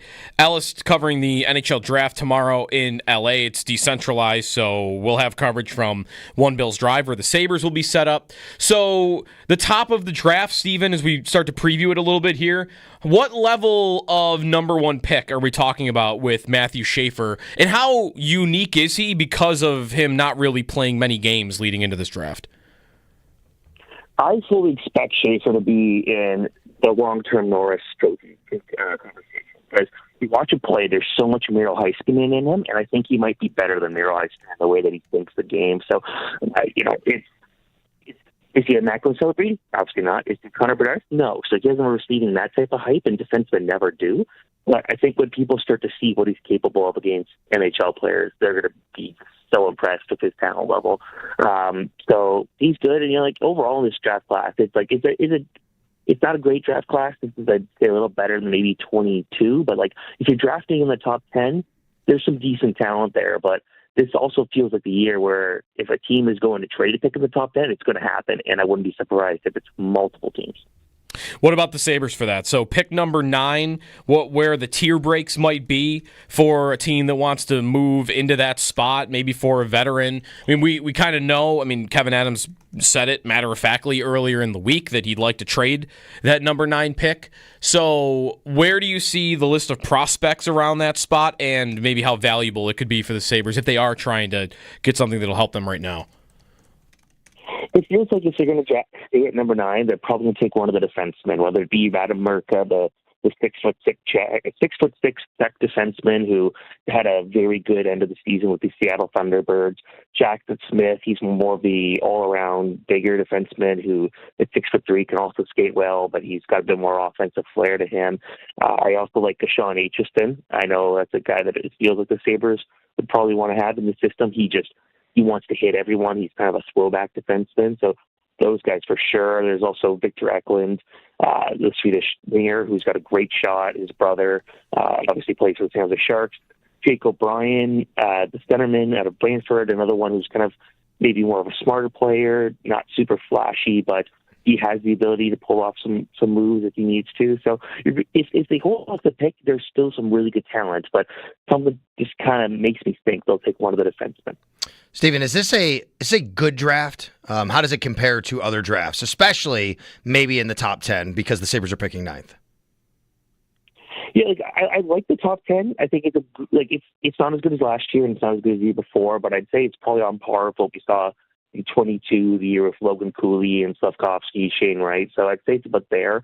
I think there's more star power in this draft, but it's after that top 10 where things really start to go quiet. Like after pick 24, 25, it's kind of hard trying to figure out who should go next because the talent level starts to fall off drastically. So I think teams that are later in the first round and have some assets where they could move into the top 10, it's totally worth it this year. But otherwise, if you're going to be trading this year, or if you're going to trade a pick this year, you're not going to get the same value you would last year or even next year. Stephen Ellis with us on the Western Hotline, Daily Faceoff, covering all things NHL Draft. 2 years ago, I remember when the Sabres picked Zach Benson, everybody was, I had this guy ranked, 6th or 7th or 8th, and he seemed to fall a little bit. Is there somebody that is expected to go higher than 9 that you could see dropping, and then that's kind of the sentiment after if the Sabres make a pick where it's, this guy was supposed to go 5th or 6th and ends up falling? I think the big one for that is James Hagens, and he's kind of a little bit like a Logan Cooley, a little bit like a Jack Hughes, the way he really kind of just thinks the game and moves around the ice and does things like that. And I think he's a top 5 prospect. I think that he's almost underrated because he entered the season as a top prospect, but then he just didn't have an explosive year by any means. Like if you compare his numbers in his first year of college to Celebrini, it's not even remotely close. Celebrini was that much better. So with Hagens, I don't know if Nashville takes him. I think Philly wants to take a bigger centerman. With the Bruins trade their pick, Seattle doesn't need another centerman. So there is a possibility that Hagens could fall there. And if he's available, it would take a lot for me if I'm the Sabres to not be interested in him. Yeah, he's not a big centerman, but you still got to go for the best player available. And I think James Hagens I think he's going to have one heck of an NHL career as a potential first-line center. NHL draft tomorrow night, 7 o'clock is the start of our coverage here on WGR. We're exiting the draft just for a moment here before we let you go, Steven. How do you see the Sabres prospect pool at this point in time? I feel like often we'll mention they've got all these prospects. Is that still true? Are they still viewed around the league as a deep or even just a top-heavy prospect pool, or is that starting to fade at all? Well, I'd say they're definitely not as good as it was even 2 years ago. You look at the fact that Yuri Kulik is obviously now not really a prospect. I like Konstantin Lanius. I think the role of him, I think he's so smart, and I think he could be more of a Anton Lindell style player. Like if you're hoping that type of guy he could be, especially after watching him play really well in the playoffs this year. I've soured a bit on Devin Levi if we're still considering him a prospect, but I don't want to give up on him.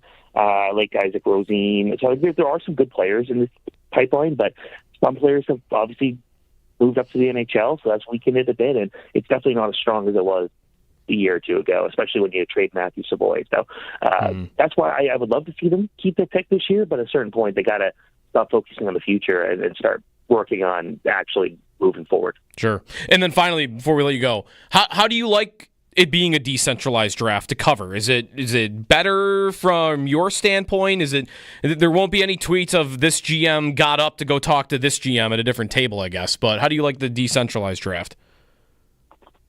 It's funny. It doesn't really feel like one right now, considering how many NHL GMs I've been seeing walking around the city here in LA. So really, it's like, you guys could have just stayed. Well, because the board of governors meeting. It's like, oh well, you guys could have just stayed here. What a crazy concept. But so there's that, and then I think we might lack some of the chaos that we would hope for, which kind of sucks. And it's just on a personal note, like not seeing all the media around the league here, which is kind of like the one chance to see everyone. That kind of sucks. So I'm very confident next year we're going to go back to a regular format, and I hope so, because it just doesn't feel as special this year.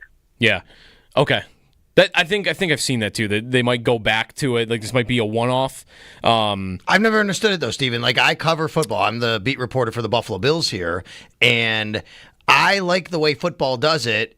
I understand it's what I know, right? I get it. But because all of your draft stuff is in this room, is in this facility where you are. Like, they don't go to they don't sit at a small table and have their notes like we're doing a fantasy football draft in someone's living room. And it's always felt weird to me. So this kind of feels like the way it should be done, if that makes sense. Well, yeah, I get it. I think, honestly, the sentiment when I ask, like, scouts around the league, like, what do you, like, why would you want to go back to the normal format? And it's mostly so everyone could just see each other. And teams, like scouts that work against each other can meet up again. It's more of a social aspect, really. Right. Because that's like the one thing that the NHL was really special with, was everybody from the league, no matter what, was there. And it felt like a big event. And I think that's like the NHL just doesn't have that right now. So like not everyone's going to the Cup final, not everyone's the Four Nations face-off. So this was the event where everyone comes together again. I think like that's something where the teams are going to look at this and say, okay, we'll reverse this. Yeah, you know what I'm thinking of is the difference here as you're talking, like Steven, what the draft is for the NHL, like Sal, that is the owners' meetings and the combine. Exactly right. The owners' meetings and the combine, everybody is at. That's your big reunion for everybody. Whereas, 100%. like we host the combine here in Buffalo, and that is not everybody in the hockey world showing up, descending upon. I mean, some people do. I think that's right. So that's I think their that's chance. the difference. Yeah, if the NFL didn't have the owners' meetings and the combine and then the format, you might have people who say, no, we need to get to the draft. Yeah, that makes sense.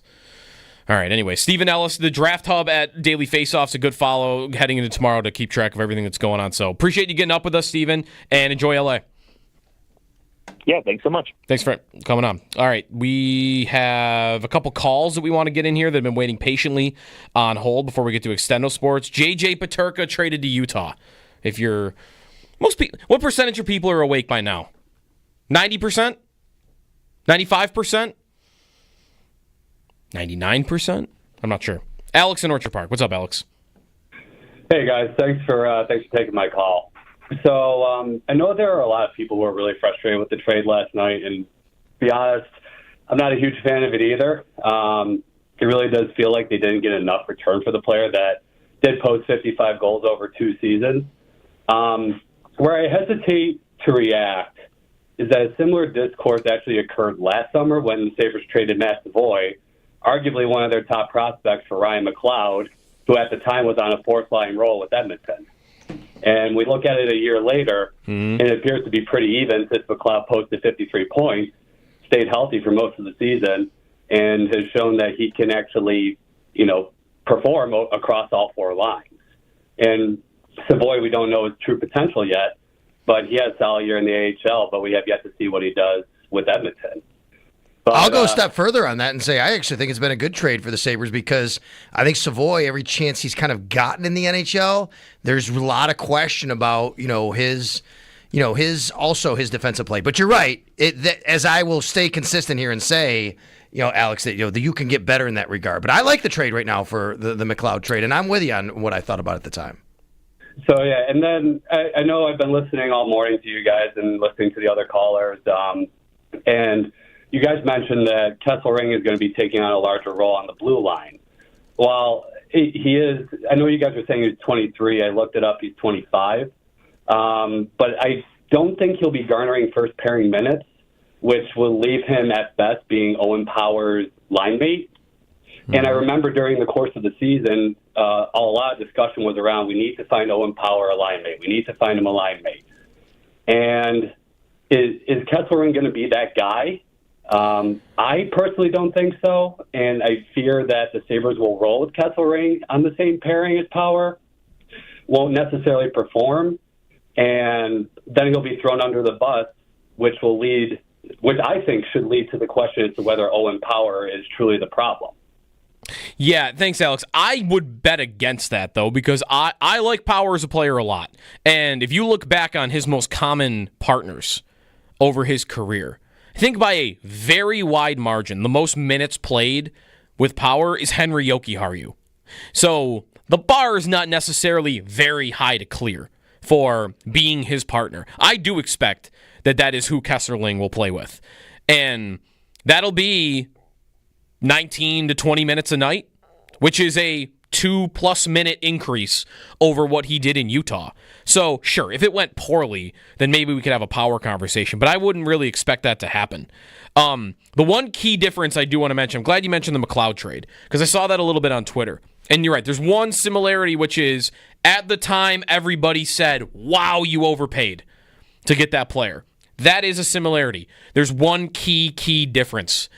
Everyone, at least here, everyone understood the motivation for why you did that. That's right. The reason, we all knew they overpaid. They overpaid for Ryan McLeod. Matt Savoy was worth more than that. But we knew why they did it. They did it because you needed to win right now, and you didn't have a third-line center, and this dude was going to be that. And they had a backlog of prospects. And you had a, at that spot. you had a surplus. Somebody had to go. Exactly. You didn't have room. So, yes, you overpaid. The motivation was understandable.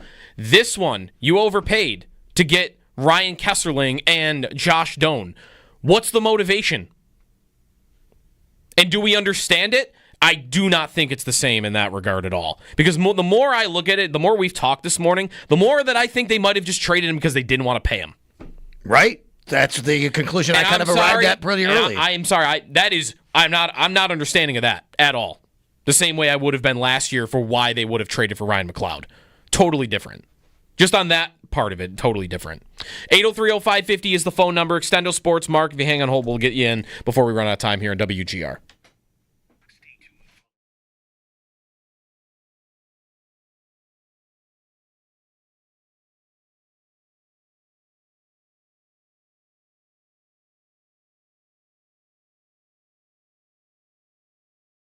I thought, at least from reading Elliot Friedman and listening to Elliot Friedman over the course of the week, it sounded like from him, which was a little different sounding than from other insiders. Like I think Frank Saravelli was more plugged in on the agent and that side of it. But Friedman had a sentiment for 2 weeks of the Sabres don't want to do this.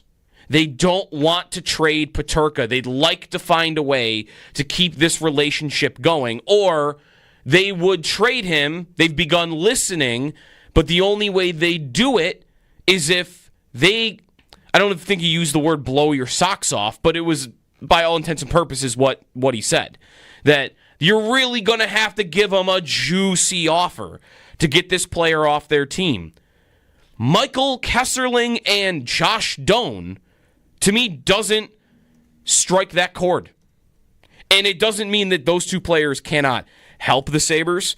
I think there are some things to like about both of them.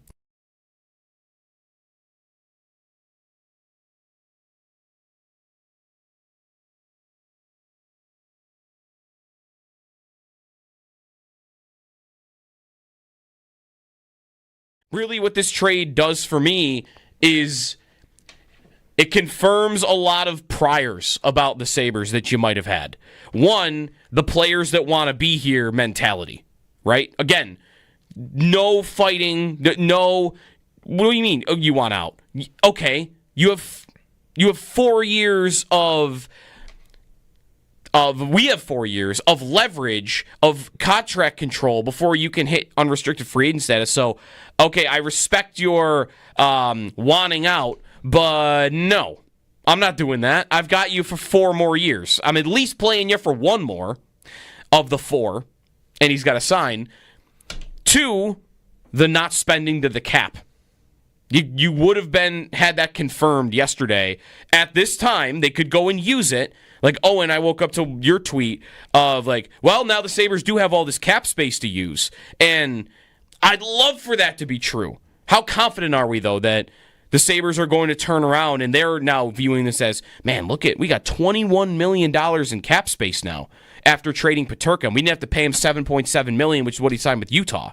So we can go use that. That's not how I approach that. That's not how I think about it on the surface. It's, they're not going to spend to the cap again. Because they traded a player that cost almost $8 million, and they replaced him with a couple of players that make less than $2 million total. So that prior would be confirmed. And the other one, which this isn't necessarily a negative one, this is something I think we've known about them for 2 years, which is they want to be tougher to play against. They absolutely want to be tougher to play against. And I think they did that with this trade. They got a good defensive defenseman who I've seen described, even though he's 6'5", as physical, but he's not like the meanest defenseman. He will drop the gloves if he needs to, but he's not going to be a bone-crushing hitter out there. So that helps you. And then Josh Doan looks like he's a player that makes a really solid defensive impact. But what did I give up to get tougher to play against? Like I gave up my second best 5-on-5 scorer.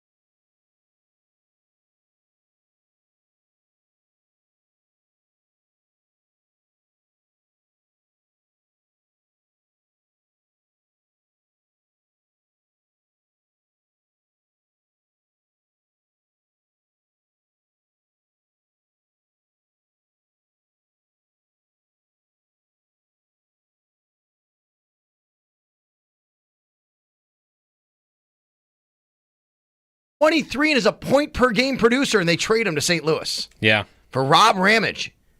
And, never heard of. And Wormley, I believe, was the goalie. They traded him. Yeah. He only played 57 games, though, Rick Wormsley. 57 games? Yeah, but I mean, it's crazy. Like, he was a 23-year-old second-year player, 50 points in 52 games. Like, we're just going to trade you over to St. Louis. And then he scored 86 goals a couple of years later. It's exactly right. Imagine All right, how about if this? JJ Peterka scores 86 goals in a couple of years. Sorry, I didn't need to By put the that way, in the universe. He scored 72, then 86, then 70 in 3 consecutive years. That's incredible. So we were talking offer sheets in the break. And you mentioned to me that Joe Sakic had signed an offer sheet in 97. And I'm like, boy, I don't remember that, but let me go look that up. With the Rangers. I learned there were players in the past that had been offer sheeted I didn't know about. Like Sergei Fedorov got offer sheeted by Carolina, Keith Tkachuk by Chicago, Teemu Solani was offer sheeted by Calgary. Again, they signed with these teams. And Sakic with the Rangers. How about that? Sakic, after winning the Cup, I think, signed an offer sheet with the Rangers. So I ran across this. This is an incredible story that we're going to end today's show on. Pretty funny story. Amazing. I don't know. Weird. The Avalanche, I think, should be sending thank you notes to Harrison Ford. That's right, the actor, Harrison Ford. Because here's the story. This is according to Wikipedia. As a free agent during the summer of 97, Joe Sakic signed a 3-year, $21 million offer sheet with the Rangers as an RFA. Now, under the CBA at the time, the Avs had 1 week to match that offer or let Sakic go in exchange for 5 first-round picks. While it seemed as if the Avalanche could not afford to keep Sakic, as they had already committed large amounts of salary to Peter Forsberg and Patrick Waugh, an unlikely lifeline would appear in the form of a summer blockbuster movie, Air Force One, produced by Avalanche owners Comsat. Its profits enabled the Avalanche to match the offer and instigated salary rise for many NHL players. That's unbelievable. So Air Force One? Yes. Really, they should have sent Harrison Ford a Stanley Cup ring. Yeah, I know. Because a couple years later, they win their second cup with Sakic leading the playoffs in points. And he was only still there because of Air Force One. Air Force One, home of the one of the most iconic lines in movie history, which is Harrison Ford with a big boot kicking the guy off the plane. Get off my plane. Yes. Great quote. All-time movie quote. Top 5, some have said. Ooh. I'm just kidding. Not really. It's a good draft someday in the middle of summer. Movie quote draft? Movie quote draft. Idea, Mike Shope. Movie quote draft. Yeah, movie quote draft. They were flirting with, what was the draft they were talking about? Maybe doing in the summer. I don't know. This might be better. I don't know. Mark in Wheatfield, if you stay on hold, you'll be the first up when it comes to the Extra Point Show. Derek and Zach and Josh all hanging out, talking JJ Peterka, who's been traded to the Utah Mammoth and signed an extension. Be back to talk about it tomorrow morning. Jeremy is on the golf course right now for 100 holes at Wanaka. You can still donate. Go to give.roswellpark.org, and you can search Jeremy's name there, and you can donate. 11-day power play tonight. See you boys on the ice. We're going to get Owen a shutout. And hopefully I won't be sore when I come in tomorrow morning from a 4-hour hockey game. It's, it should be fine. I mean, I'm still young enough. It's only 3. You'll be fine. Or 3, right? Sorry, 3-hour games. Yeah, that's nothing. That's nothing. All right. Talk to you tomorrow.